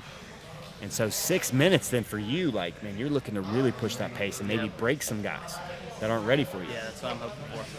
That's awesome, man. I really think that the white and blue belts are going to have honestly, they're going to be just as interesting. Your story is going to be just as interesting as the brown and black belts. I'm really looking forward to see how you improve and how you handle 20 matches over the course of 3 months. Is there anything you want to say to the people, or just, when you talk about, your style more or anything? My style, most of the time when I'm competing, I'll have more of a aggressive kind of smash and pass style sometimes. I know I'm going to have to be more technical for this tournament, for this season, because it's just higher level people, and I'm just hoping to give it my best, see what I can get. Well, Blake, I really, really, really am excited to watch you perform. If Eli's talking highly about you, you're one of his guys, I know you're going to be exciting. I know you're going to be a sub hunter. I'm expecting, definitely some upsets, and I would love to see you get in that top 8. I think a couple of blue belts entering that top 8, knocking out some of those purple, brown, and black belts would make for a fantastic season and fantastic storyline. So best of luck, dude. Yeah, man, we'll be talking more throughout the season. Nice meeting you, bro. Nice meeting you. So, again, as you can tell, the last few guys have been white and blue belts. And so, I think we have half the guys here. There are quite a few guys that they're not going to make it down until their matches, just because, again, they live so far away. So, I believe we're dealing with 16 guys here, and then half of them, again, didn't show up tonight. But getting back into some of these numbers, Seth Tatum, as I said, one of the huge dark horses and a guy that I'm telling you, you guys are going to fall in love with over the course of the season. Seth finished with a minute 54 dead hang, 63 push-ups, 19.9 inches. So his he's a vertically challenged. He's 6'9" broad jump, a 4-minute plank though, an 8.78 T drill. So upper body, very strong. Seth's a very long and closer to that 180, so almost a 2-minute dead hang is very impressive. Very, very impressive. I believe nobody has passed the 2-minute mark on the dead hang. But Cody's on the dead hang, and that's what he said. That's what's going to be his thing. So I'm really excited to see if he can be the first guy. But we have quite a few guys that right at that 150-ish mark and that one, just missed 2 minutes. Who else do we have here? So let's go ahead and talk about Blake Randall then. So 2 guys that are blue belts, Seth and Blake Randall, that are expecting to do well, expecting to do in the top 10. We've got 78 push-ups for Blake Randall, really good push-ups. I think the closer you are to 80, you're looking at that elite end. 26.3 vert. That's really impressive for a 138-pound guy. He's got some lower body explosion. Since he was a wrestler, you can definitely tell that lower body explosion, that's where it came from. A 1 minute 30 dead hang, which is pretty good, and a 7-foot 10-inch broad jump. So man, pretty good numbers. I would actually say that the dead hang is on the lower end of what I'd expect, especially from a lighter guy, but really good. The other numbers are looking really good for Blake Randall. So we have here my man Ridge Blackburn. Ridge trained and lived in Hawaii for many, many years. So just kind of talk about your journey. You lived in Hawaii and trained there for how long? Yeah, I was stationed there. I was in the Marine Corps. I was stationed there in 2007, and I started training at Gracie Kailua under Jason Izagiri. He's a Hoyler Gracie black belt. Took me 12 years to get my black belt. And then COVID, I had opened my own school, and then due to the coronavirus, I had to close down, and I moved home. Dang, okay. And so back in Mississippi? Yeah, I'm originally from Columbus, Mississippi. Okay. And so thinking about, you're one of the black belts. There's a handful, I think there's 5 or 6 black belts in this tournament. Describe your game. Like when you think about this sub-only style, like how does that set up for your style of jiu-jitsu? Well, I actually always was a big 10th Planet fan, but we never had a 10th Planet on the island. So I'm real big into rubber guard, and I like leg locks. I also like the Kimura pendulum sweep game a lot to the back. That's kind of my go-to 3 right there. And I know there's some really good black belts. I train with Cody a good bit. I train around with some of these guys, even the purple belts and stuff. Even a lot of these younger lower belt guys are really tough. Not anybody to sleep on. Yeah, and I definitely agree. And there's definitely going to be some upsets. Over the course of 20 matches over the course of 3 months. I mean, that's a lot of matches. And so how are you preparing, to deal with a 3-month season? Like, is there anything you're changing in your training, or, are you doing a lot of 6-minute rounds right now? Or are you prioritizing chokes? Yeah, I'm doing a lot of cardio. I definitely think that I need to value the choke over the break in this rule set, just because of the point system. The chokes are so much more important. But if I get a chance to jump on a leg or whatever, I'm not gonna throw it away. I'll definitely jump on it. But I would rather get the choke if I can. And so thinking about goals, like by the end of the season or at the end of the season, where would you like to be in those standings? Like, is there anything you're thinking, like top 16, top 10, like no expectations? Like, what do you think? Yeah, I would definitely like to get in the top 16 at least. I would like to get in the top 3, of course, if I can, but definitely in the top 16, I'm hoping, and then we'll see how it goes from there. Right now, I'm just trying to work my cardio. I think cardio is the name of the game and a lot of this stuff. Amen, man. Especially three matches Friday night, and then next week you're coming back doing 3 more matches. I think you're right. I think it's going to be really interesting to see how people's bodies hold up over the season. So this is something that's never been done. We've never seen a jiu-jitsu season. So I am interested in that. Absolutely. I'm honored to be a part of it. This is the first of its kind, and that was one of the reasons I wanted to do it. I've never really competed in the South before, and this came up. It was just a perfect opportunity. So that was why I jumped on it. And so what can the people expect from your matches? Like, what type of style are you bringing? Well, if I'm on the bottom, I'll definitely be trying to go rubber guard. Probably go clinch. Jeremiah Vance worked with me on the go clinch a good bit. Beautiful. That's if I'm on the bottom. If I'm on top, probably Kimura game, Kimura on block game. Awesome, man. Really looking forward to watching you compete. Is there anything else you want to say to the people, or final thoughts? No, I just want to say aloha to all my people out in Hawaii. I hope I do good. Hope I represent you guys well. Eric Bell said, "What's up?" Oh, what's up, Eric? How's it going, brother? Matt Viper. Yeah, dude.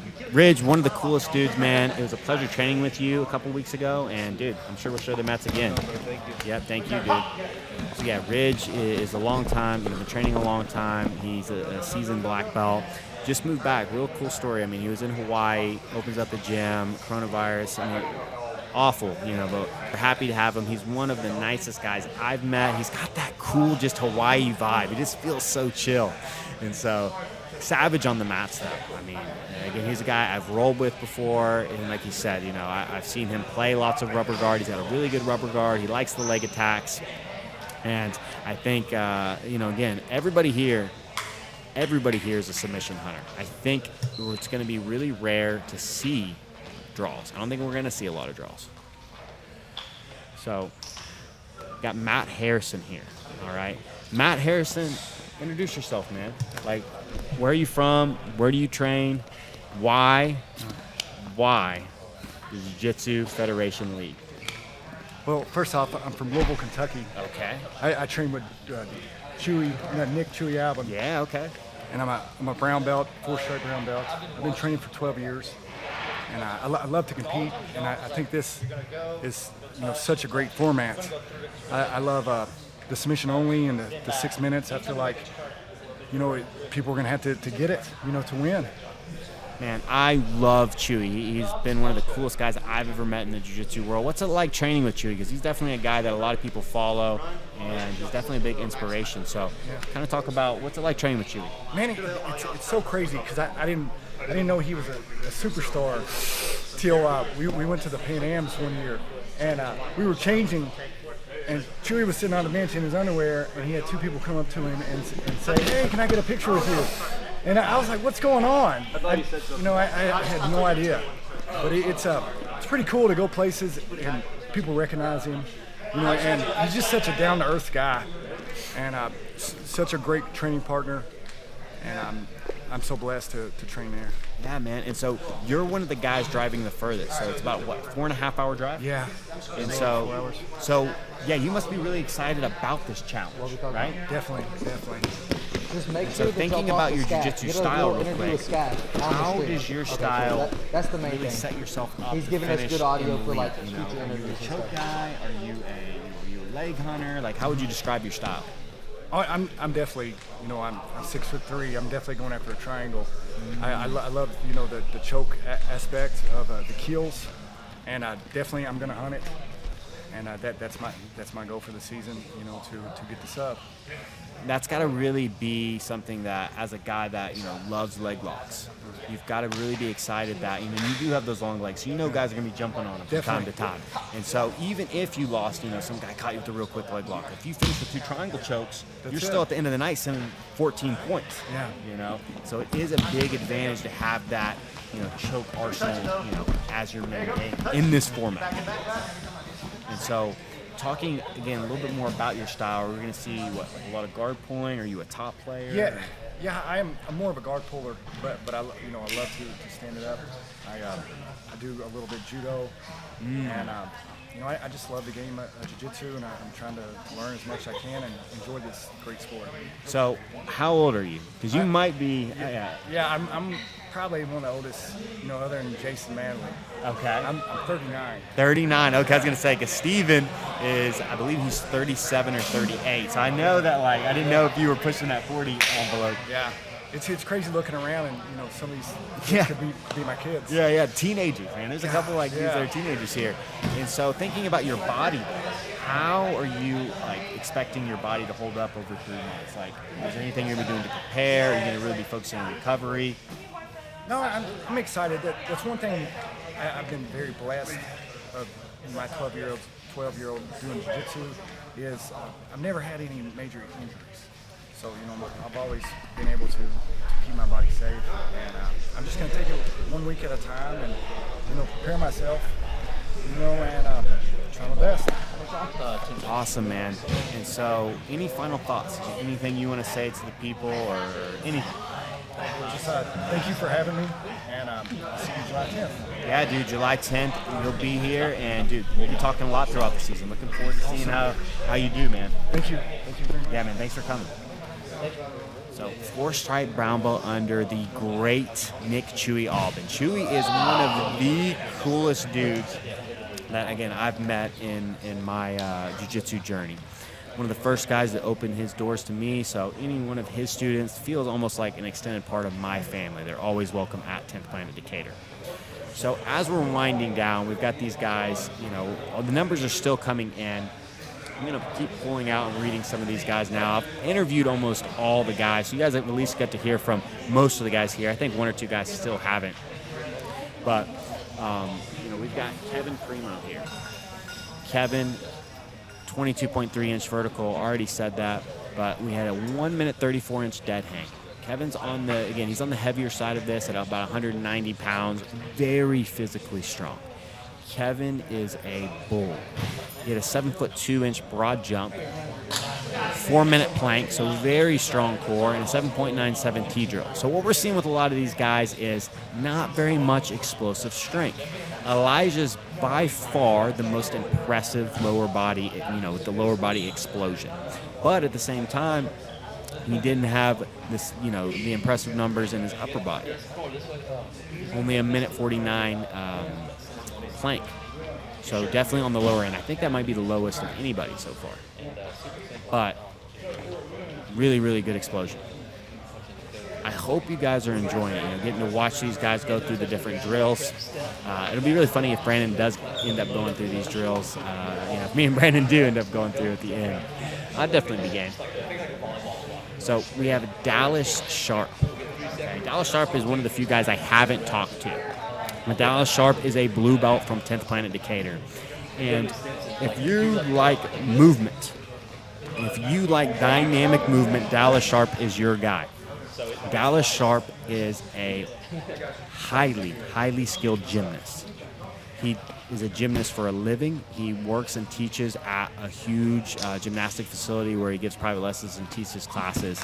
But he's one of those naturally talented guys you just hate. He comes in and is just hitting movements. I remember his Granby, first day. High level with the Granby first day, just because his body moves so well. Just think about that Geo and Boogie, type movement. Dallas Sharp has that. He's got high offensive power. We have Brandon McCatherine, obviously his head coach here, talking about Dallas Sharp. Ooh, Dallas is... He's one of the few guys people haven't heard from. And he's super duper aggressive too, man. Here he comes right here. We should get him on. He's super aggressive offensive player and incredible athlete, fun human being, handsome gentleman as well, that Dallas. Yeah, man. He's a stud. He's a guy that has very high promise. Don't make me do it. Dallas, come get on the mic, dog. Just comment. Just let them see your face. Just let them see your face. They're seeing it right now. Oh, yeah. Come on, dude. Tell them. Come on, man. Just a little. Fine. All right, real quick, Dallas Sharp, one of our blue belts, one of the most talented guys at 10th Planet Decatur on the come up. Talk about your gymnastics background, because that's one of the things that really sets you apart from everybody else. Okay, yeah, so I started gymnastics when I was 8 years old. I kind of did competitive gymnastics a little bit in cheerleading. I actually kind of got into jiu-jitsu because I had a really bad injury. I tore my Achilles about 3 years ago, so I couldn't really tumble like I used to. So I was looking for another sport to kind of get my athleticism, keep it in shape. So I kind of Googled jiu-jitsu and I found you guys. So let's be honest, all right? You're very, very talented, and you're definitely a dark horse. You're a guy, there's a couple of you guys that are in the blue belt that I'm like, man, you're going to upset some dudes. You're going to surprise some people, and you're going to end up being a fan favorite. What type of style are you looking to bring into this? What can the people expect from your matches, and how are you going into these matches? Okay, well, I know I'm I'm undersized. I only weigh 155, and again, I'm kind of a brand new blue belt. I got promoted 6 months ago, so I know I'm going to be kind of underskilled. So I'm really looking to just try to push a pace on people. I'm trying to use aggression, speed. I'm not going to try to settle it all. I'm trying to just be quick. I'm going to use my cardio. I think my cardio is pretty good right now as an advantage. Definitely, man. And thinking about your style even a little bit more, lots of chokes. Are you going to just be looking any submission you get? I'm really looking to take the back. That's really what I'm looking to do. So take the back. Yep. That rear naked choke is the focus. Yep. And so over the course of the 20-match season, at the end of the year, where realistically, what's your goal? Where are you hoping? I'm really hoping just to use this to get a lot better. I've never really competed. So I think that having this many matches, in a row especially, is just going to help me get a lot better over the next 3 months. So that's really kind of what I'm doing. That's my goal. I agree, and I really think, again, that you're going to be one of the most interesting stories over the course of the season. Now, one thing, all you got to do is, can you show the people a couple of flips real quick? Of course. Yeah. So why don't you, I know you want to jump off this, he wants to jump off the mic, but show the people a little bit of your gymnastic skills. Yeah, that's much more. So this is what I'm talking about. On video, dude. I'll just do something really simple.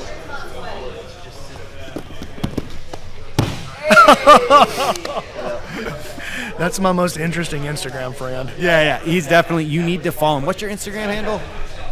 Coach Dow Powell. DALPAL. Yeah. So incredible athlete, one of the best follows on Instagram, and going to be a future star in Professional Grappling Federation, right? I think so, man. I mean, he's at least going to be fun and exciting. Who are you? Like, you got to pick one. I know my answer, actually. Who are you most intrigued by, like most curious about, I guess is the right Oh, word. I think the most interesting story is I got Matt it. Anderson. That's me too. That's me too. Dude, it's the most interesting story. I love bringing him on. Oh, yeah, you already talked to him. I'm anxious to go back and listen to that, actually.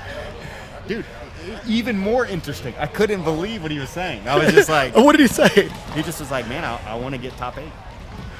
He's like, I'm coming in. He's like, no, I'm going to come and win. Yeah, he's just like, My I'm dog. he's like, I'm coming in with wrist locks. Like, I'm going to be going Wrist locks! Yes, dude, like, and you know how beastly Matt Anderson is. Dude, So he's so much, he is so much visibly bigger and stronger than every single other competitor. Like, not even close, in my opinion. This is like... Even dudes like Ridge is a big, strong body. Kevin's a big, strong dude.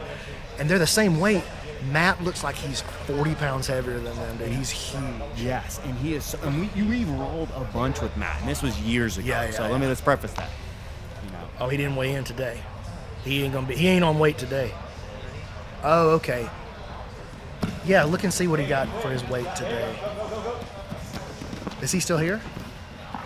Or did he leave already? We skipped the burpee Tabata. Everybody struck out. Oh yeah, they're like, no. So I was like, let's just skip it. But Matt Anderson, what was your weight today? 203. 203. Yeah, so he'll probably have to pull. Yeah, he'll probably have to pull. That's 9 pounds. He'll have to pull a little bit of water. Okay. Yeah, he'll have to pull a little bit of water probably by Friday. Oh no, he's got 2 weeks though. Yeah. Okay, yeah, he's probably good. I mean, and he's definitely done some weight cutting before. Yeah, dude, he's fixing to run this thing with his hat on, boy. He don't even care. But besides Matt Anderson now, I mean, I guess let's talk favorites. Like looking Favorites? at this, as Dana White, who's your favorite? Yeah, you're free to go. Hey, we're probably gonna go eat at Chili's though, man. Okay, I guess you got a family and kids, and so I guess I'll let you off the hook, Cody. Hey, listen, man, I really do appreciate you being part of this. Like, it's not lost on me that you're a big part of this equation as well. So, well, I feel that, but yeah, that is what he said in the text. He's like, well, let me talk to my wife. Yeah, yep, that's a fact. But for real, like, it's a long drive for you, and it's a lot of sacrifice for you and for you too, sir. Ezra, I believe. So that's not lost on me, man. I appreciate y'all very much. Thank you, Cody. Oh man, Ezra's cute, dude. He's a stud, man. Yeah, he's a little stud. I think his daughter was pretty too, but I couldn't tell because she wouldn't look up from the iPhone. She was like, "Nah, you look scary to me," and I agree. And so yeah, favorites. Dude, you know what? I feel like my man Jonathan Roberts is a bit of a sleeper here. I feel pretty good about him, actually. Obviously, Ridge is a banger. Cody's small. That's the only reason I'm not picking Cody to win it, to be honest with you. I like Cody's game, man. I like his game. I like his toughness, but he's a little small for me to say number one. Sleeper. I mean, Elijah's got to be the number one guy. I was trying to move through everybody before I got to him, but I think he's probably for notable wins, he's definitely number one. Yeah, there's a lot of people that weren't here. Yeah, that's a great point. This was optional, so we didn't. Oh, there's the Doc. You out of here, Doc? All right, thank you very much. Love you, man. Joe, hang around, man. You going back? Okay, good, because we're definitely going to eat at Chili's. Yes, we are. Longhorn, Sizzler, Moe's. Okay, I don't know. Mellow mushroom. No. Oh, go grab. Hey, listen. Grab some floor. Yeah, grab some floor and go for it. What was that plank time? Got 4. Plenty of space. Yeah, Max, that's one thing I could max out. Who all we still got? Still got 23 people watching? Yeah, dude. Okay, this is fun. Yeah, people have really liked it, yeah. Yeah, it's been really liked it. positive man, response. The interviews have been really cool. You know, just talking to different guys, and the questions are so different. Obviously, you got white, blue, Elijah, you know, or Ridge, black belt, you know. All right. I really think people are going to fall in love with the blue belts. More than even the white belt. It's going to be the blue belts, the sets, the Dallases. Oh, look at Matt. Look at Matt, dude. Do it, Matt. Choo-choo-choo. Boom. Matt Anderson, dude. Yeah, he looks like a monster. He's a beast, man. That's a grown man right there. Logan, you should run the combine. You should run the combine. See what you can do. Yeah, so if you guys have any questions for Brandon, obviously the man behind this, put them in the comment section and we'll get to it. Crazy, man. Yeah, man, it's been a success. I would say. I mean, just running combines. The first jiu-jitsu combine ever, dude. That's the thing. Regardless if there's never another. Yeah, no, that's a great point. That's a great history, point. There's man. never been anything like this, I don't guess. That's kind of crazy. And the numbers are really interesting. I mean, you're seeing really yeah, good. so let me see some of the stats here. Let me see who's who. And so you're really seeing a lot of. Who had the highest vertical? Elijah was still the top at almost 31 inches, or I guess 30 and a half. Hey, man, inches. that's a pretty decent vertical Dude, leap. That's not a bad vertical. What was interesting with Elijah was his. I bet Elijah could dunk a basketball. If he could jump 30 inches, he's what, 6'2", something like that? He could probably dunk a basketball. Oh, he definitely could. You don't get a drop at all? But are they lifting their feet and they're counting how high the feet go? No. That's how the NFL does it. Shut up. Yeah, I think that's how the NFL does it. Dude, we gotta jump up in here and figure it out. God, Dude. Yeah. Yeah, we are lucky actually that your back hurts. Keelan Does that make you sad that- Keelan is the ultimate athlete. It disgusts me, to be honest with you. Man, I can't jump. Are you kidding me? My knee will explode Yeah, so if let I me jump see off the here. floor. I need some of those Cheez-Its though right now. I mean, Seth had some Cheez-Its really. on mic. Seth had some really impressive upper body numbers.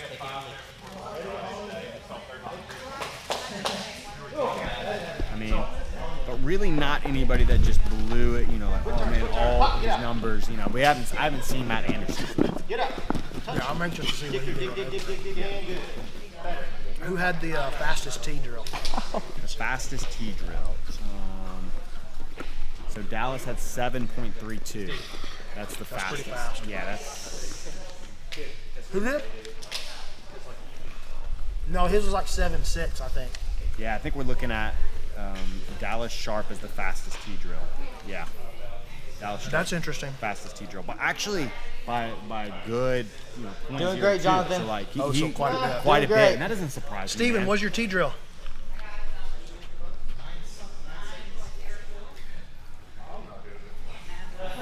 Steven, your T drill sound old. Wow. Okay, here we go. So we've got Matt Anderson, and he did almost a 10-foot broad jump. Like that's NFL What? level. Yeah, seriously. That's like He's huge and he did 10 feet. almost 9'9". Yeah, you could call it. Yeah, dude. That's. I mean, you talk about lower body explosion. I mean, again, that's NFL worthy broad jump. So.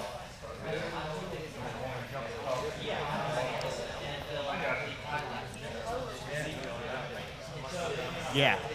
Yeah, man. So that's super impressive from Matt Anderson.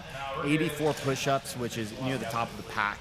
His vertical was 28 inches. Dude, Matt Anderson jumped 28 Or inches maybe off that's the ground.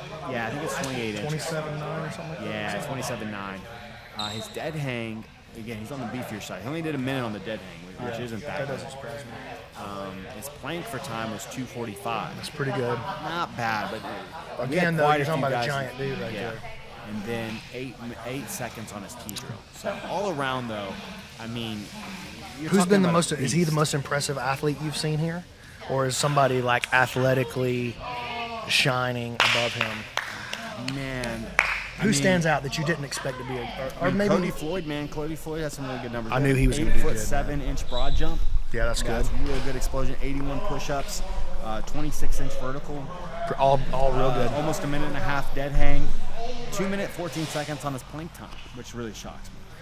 That's I thought he was going to hit that. That's one. on the 4 minutes. weaker side of it, is plank side. Let's see here. Looking for some other real impressive. Josh Dario did pretty good, man. What was his vertical? His vertical is 26 inches. That's the only thing I care about. I want to know who can dunk. Broad jump 8'6". That's not bad. That's not bad, man. That's pretty good. And I really think Elijah's the only one dunking. Maybe Matt Anderson could dunk. Seth had under 20 inches on his vertical. Does that surprise you or not? Seth had under 20 inches on his vertical. I'm surprised he had over 10. Oh, no, you're good. My feeling is that was probably the first time Seth has ever jumped. I mean, Clay Malone had some pretty good hit. Clay was quick. He hit 90 push-ups, I saw. Almost 26-inch vertical, which is pretty good. Oh, man. And he's 190 pounds, he said. Clay Malone is? 190. 190? Yeah, I didn't realize that. No way. No, I just talked to him. He was 190. Wow, okay.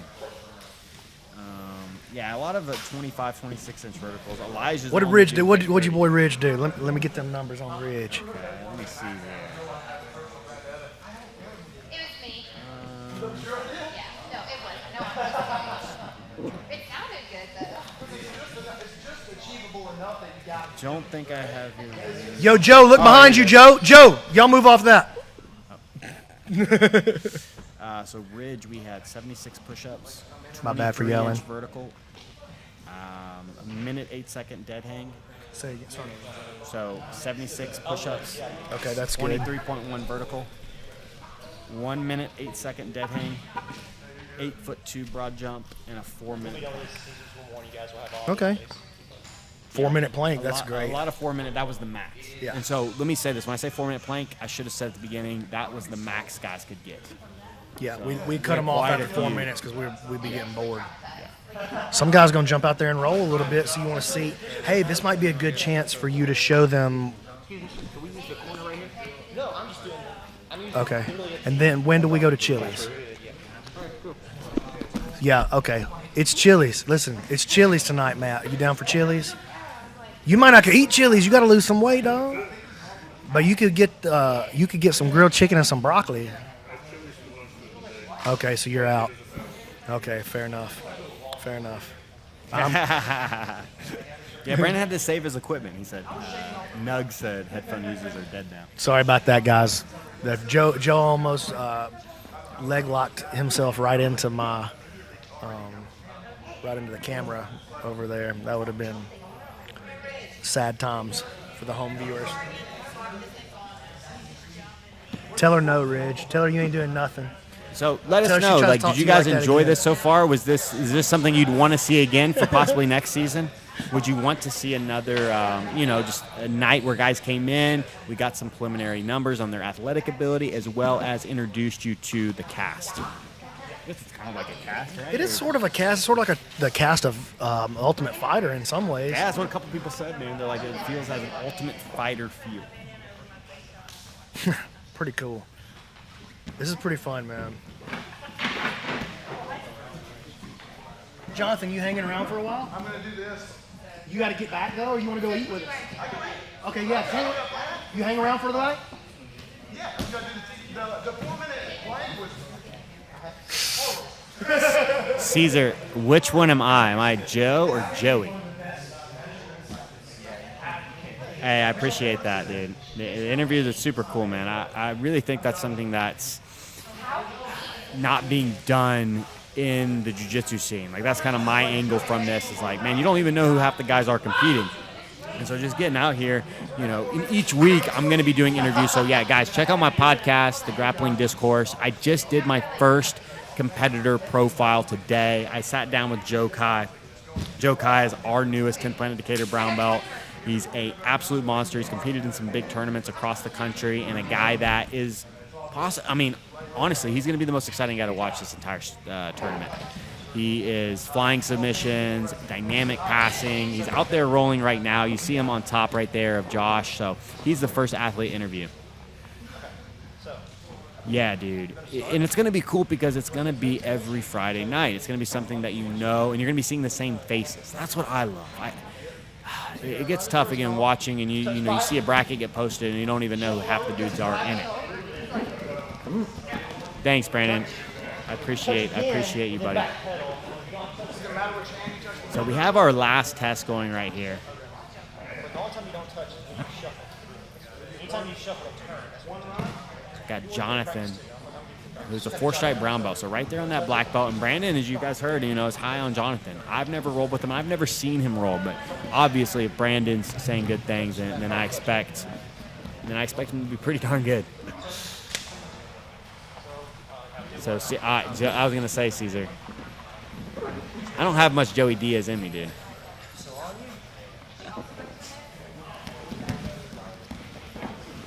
So, Lindsay, what'd you think? Let's hear your impressions, thoughts.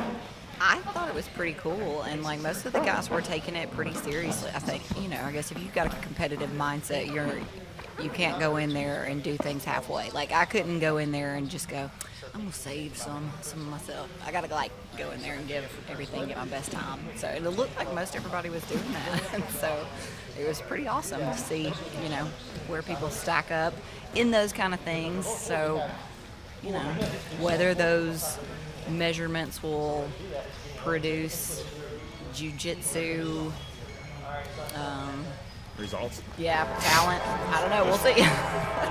But like you guys were saying, this is the first one. This is the first jiu-jitsu combine. So it's just kind of cool that we're pioneering it. We look so small on camera. Like when I see myself on that screen, I'm like, dude, I'm a 160-pound man. Dude.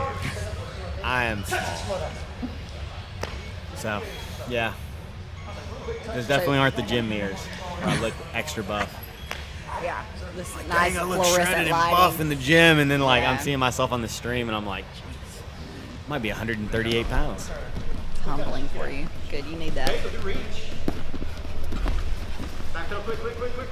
But you got to interview everybody that was here. Dude, Only Joe, right? You didn't get to interview Joe here at the table, but you. Oh, I did an hour. Joe. So I did, again, guys, I did an hour interview with Joe Kai. So Joe is a guy that I'm expecting to really compete for that top 5 spot, and could be a dark horse to win the whole thing, man.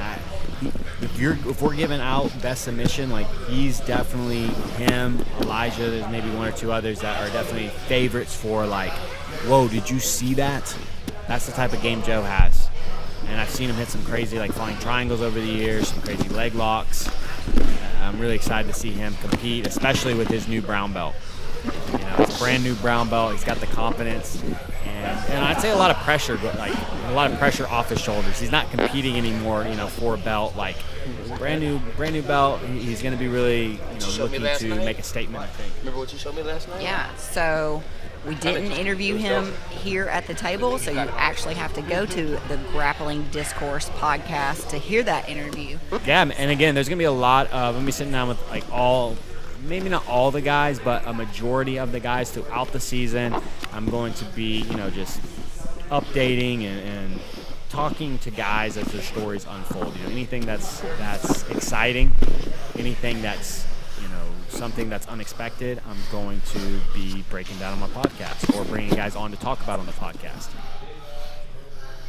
So, final results came in. We got Jonathan Roberts, 4-stripe brown belt from SBG under Chris Conley.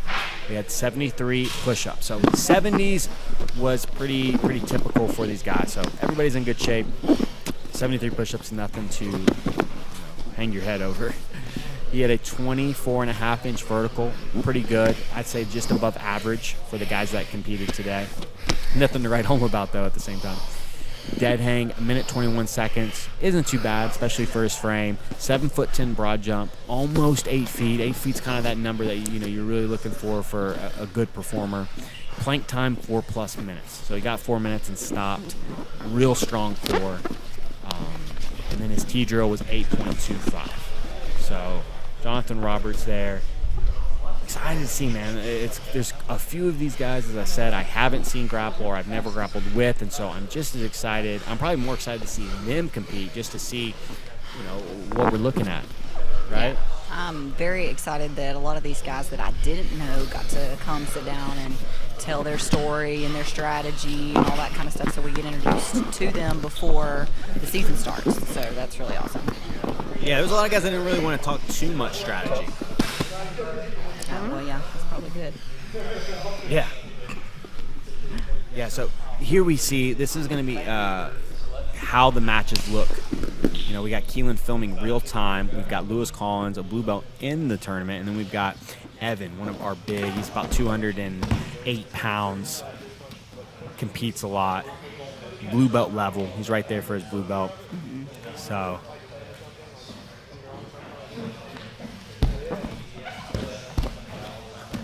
So Keelan just put the camera down, but before that, that was a good look at what this league is going to really excel at compared to other, tournaments. The camera work by Keelan is just going to be a game changer. Because even, you just look at it right here, like, yeah, you can see jiu-jitsu going on, but that's not viewer friendly, right? I mean, just look at that. Right. And that's how most tournaments run. Like, you can't tell, like, does he have a choke right? I mean, as a commentator, it's like, I can't really tell what's going on. I mean, I know he's passing half guard. Right, yeah, but you don't know what kind of, does he have the head? Does he have an underhook on the far side? I can't see. So, yeah, this will be awesome. And so what did Keelan say about the matches that were not being televised? Are we going to post them on YouTube later? I honestly can't. I've literally said so many words over the course of 4 hours that everything kind of ran together. Okay, I gotcha. So... Man, Evan's looking pretty good. But if you guys have anything, any questions or any comments, please post them or send Brandon a message. I'm telling you, we're looking for new ideas. We're looking for ways we can improve. We're hoping that this becomes one of the new big tournaments, one of the new big things that the jiu-jitsu community gets behind and, becomes a national level league.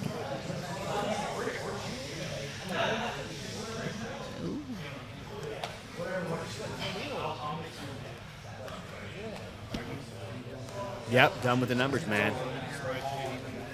Yeah, man. All right, so would you say that we are like, those are average numbers? Where do our numbers fall in their numbers? Wait, our numbers? Like our numbers? I want to know. I want to know, like, okay, I know my plank is not 4 minutes.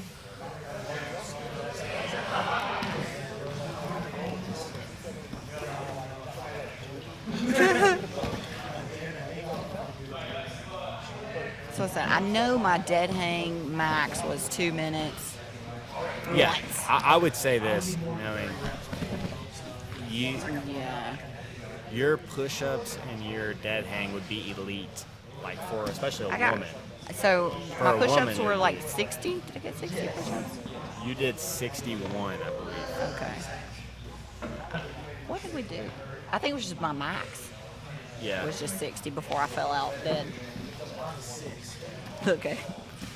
And my plank, I've never been like over. I was like 2. Mine's my lower 2.5. body like explosion. So like, yeah, broad I did 25. So I did 25 pull-ups in a row. Lindsay has seen me do it multiple times. Yes, I did. So I can do 25 pull-ups in a row. I can do, especially the way if they give me a 90 seconds to do as many push-ups as possible. I know I could get in the 80s for sure.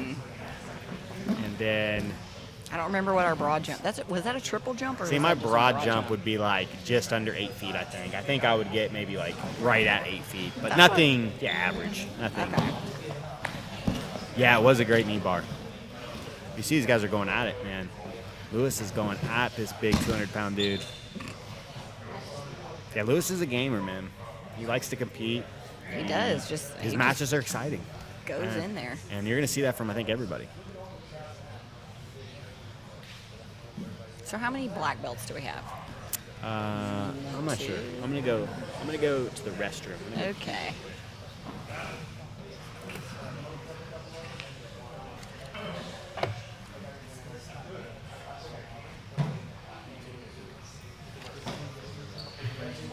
So are we continuing? Okay.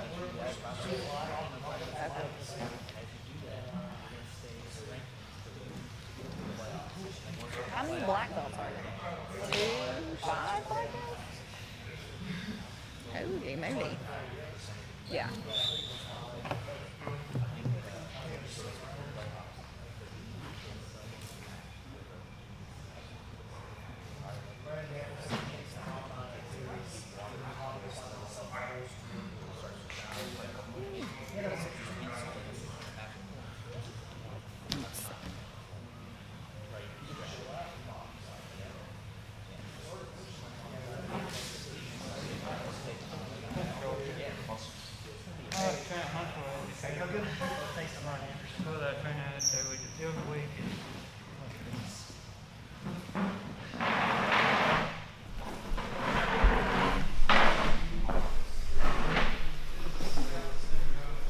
Hey, flip the camera. Hey boys, I'm trying to show the people Right? what it's gonna look like. Oh, is it Can y'all just do it like in the center? Oh, it's a delay. I'm tired already. So Matt and Joe. Oh yeah, so we've got Matt Anderson versus Joe Kai here. So this is again a great example of what we're going to be seeing in the tournament. We've got Matt Anderson who, trained a little bit of judo but hasn't trained in a while. But look at the camera angles you're going to be able to see.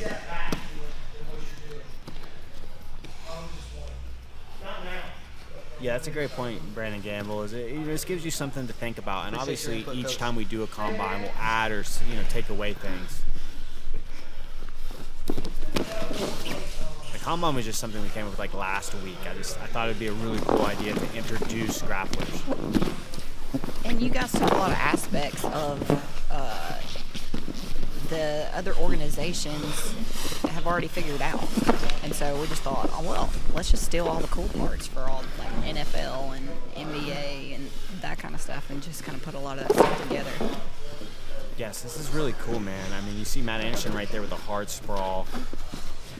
Again, hasn't grappled in over a year. Like, legit, hasn't grappled, hasn't trained at a school. He trained with us for maybe like 6 months at one point, 5 years ago. He's probably got 60 pounds on Joe Kai right now, so Joe Kai's a brown belt.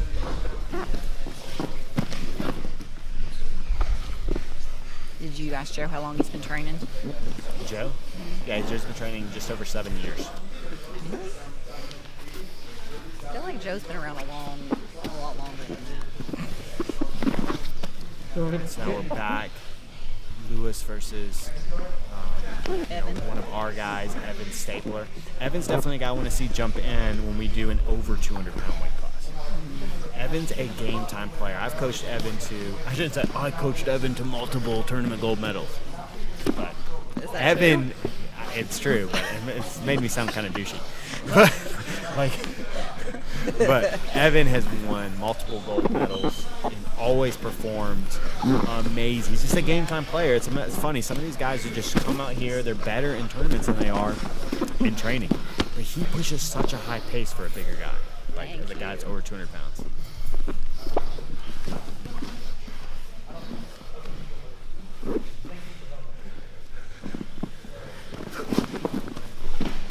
I'm just blown away by the camera work, like how much better it looks than Fight to Win. Like it's just threw a name out there, huh? Oh yes, yeah. I mean, it just is like the Fight to Win. It's got the elite guys. Ooh, really nice anaconda attempt right there. Isn't Gary Tonin fighting this weekend? Gary Tonin's fighting tonight. Tonight. Yes, it's late night. Yeah, I'm super excited. He's fighting against dude, I'm gonna butcher his name. Kevin Premu. Later, nice job. Yeah, he's fighting against I always say Quinn Cooks. It's not Quinn Cooks. It's like it starts with a Q. Okay. I don't know. It's Brazilian or Portuguese. Again, thanks Eric Bell for all the support, dude. Appreciate it.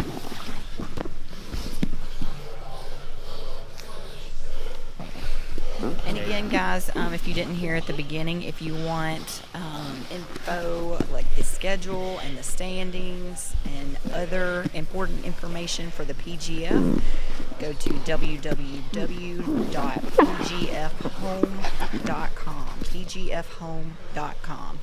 Again, schedule, standings, and other important information for the federation. So yeah, how many black belts? I think we have one. How many did you say? 5? 5, yeah. Yeah. And then he said 6 brown belts, I think. Yeah, so we have 11 combined black and brown belts. So out of the 32. That's pretty good, man. That's pretty good. Difficult. That's some talent.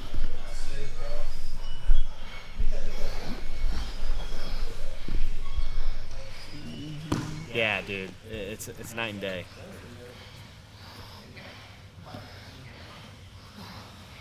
Yeah, dude. Love you, Eric. Again, thanks for everything, dude.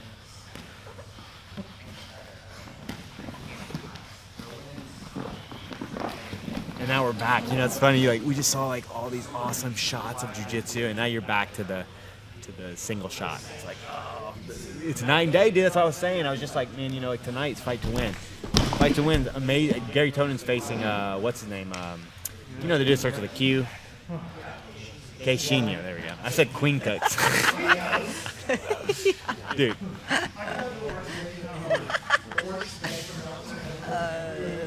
Well, hey, and I can't read. If we ever have so. any, yeah. How do you say that? Caixinha. Do you want to sit here? I'm just looking at the screen. Yeah, it's crazy, man. It's probably not very interesting. Yeah. Switch cameras for me there. Go to the commentators. Joe and Matt trying to get after it over there. They ain't playing no games.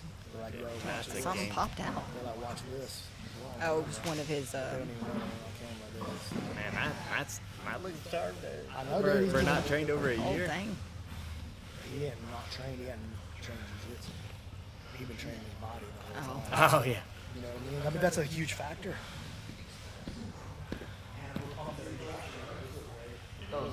Oh, he's over it right now. Yeah.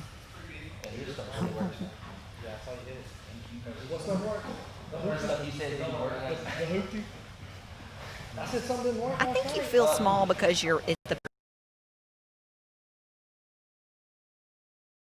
It's a delay. Right. So see, I'm all up in the camera, like real close, and then like he's like over here.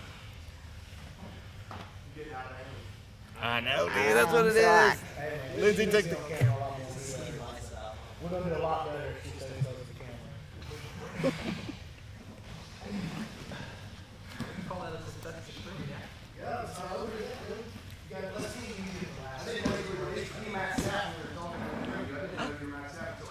Oh.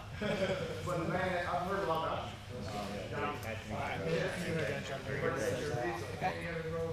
Man, I usually just go ahead and drive up there. But I'm healthy. Like I went through an injury spree for a while. I'm good.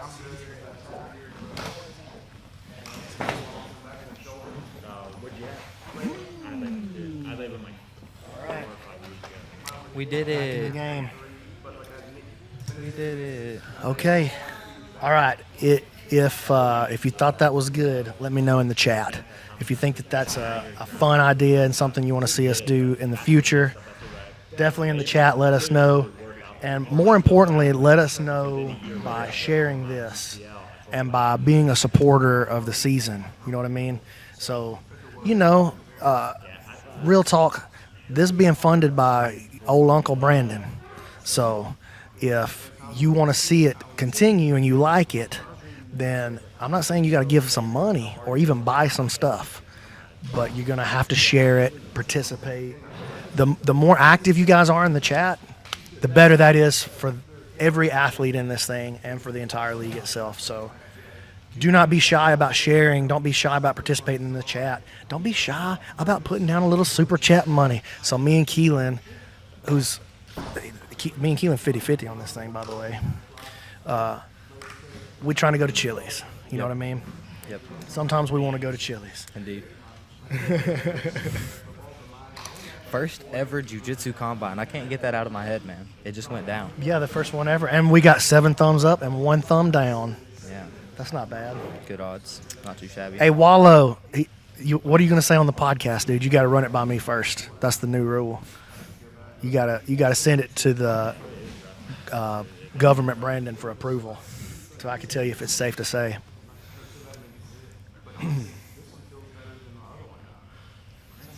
All right, dude. You got any closing words?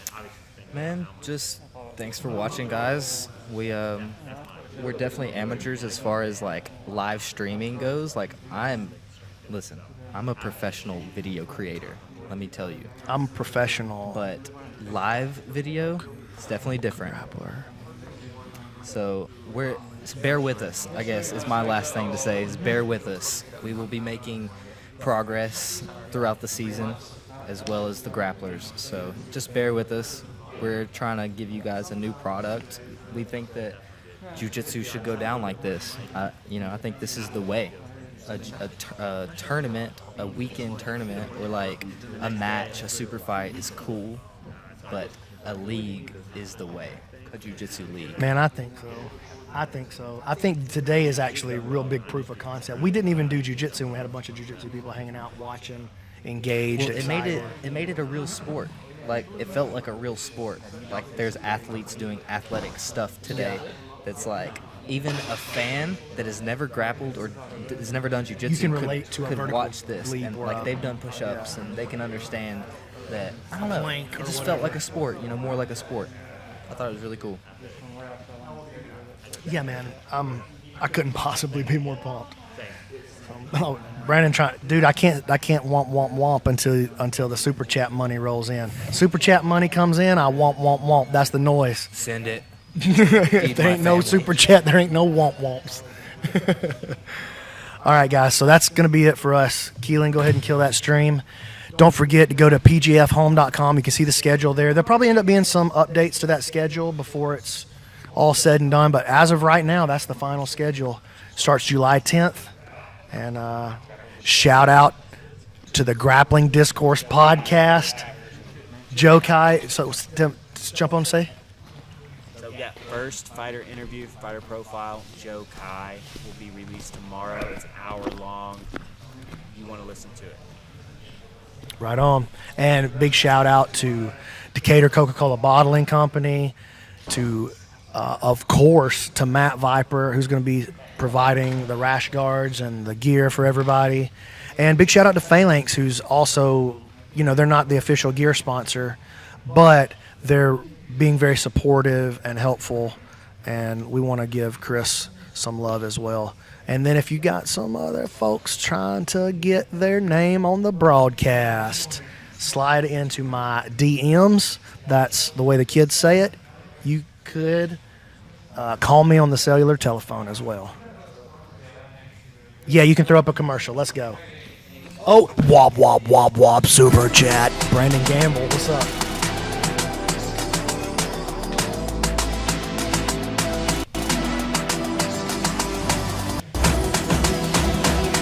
All right, guys, we're going to put on a couple of videos on the way out. Enjoy. Feel free to hang around in the chat for a little bit. We're going to clean it up, kill the volume right there, and flip it.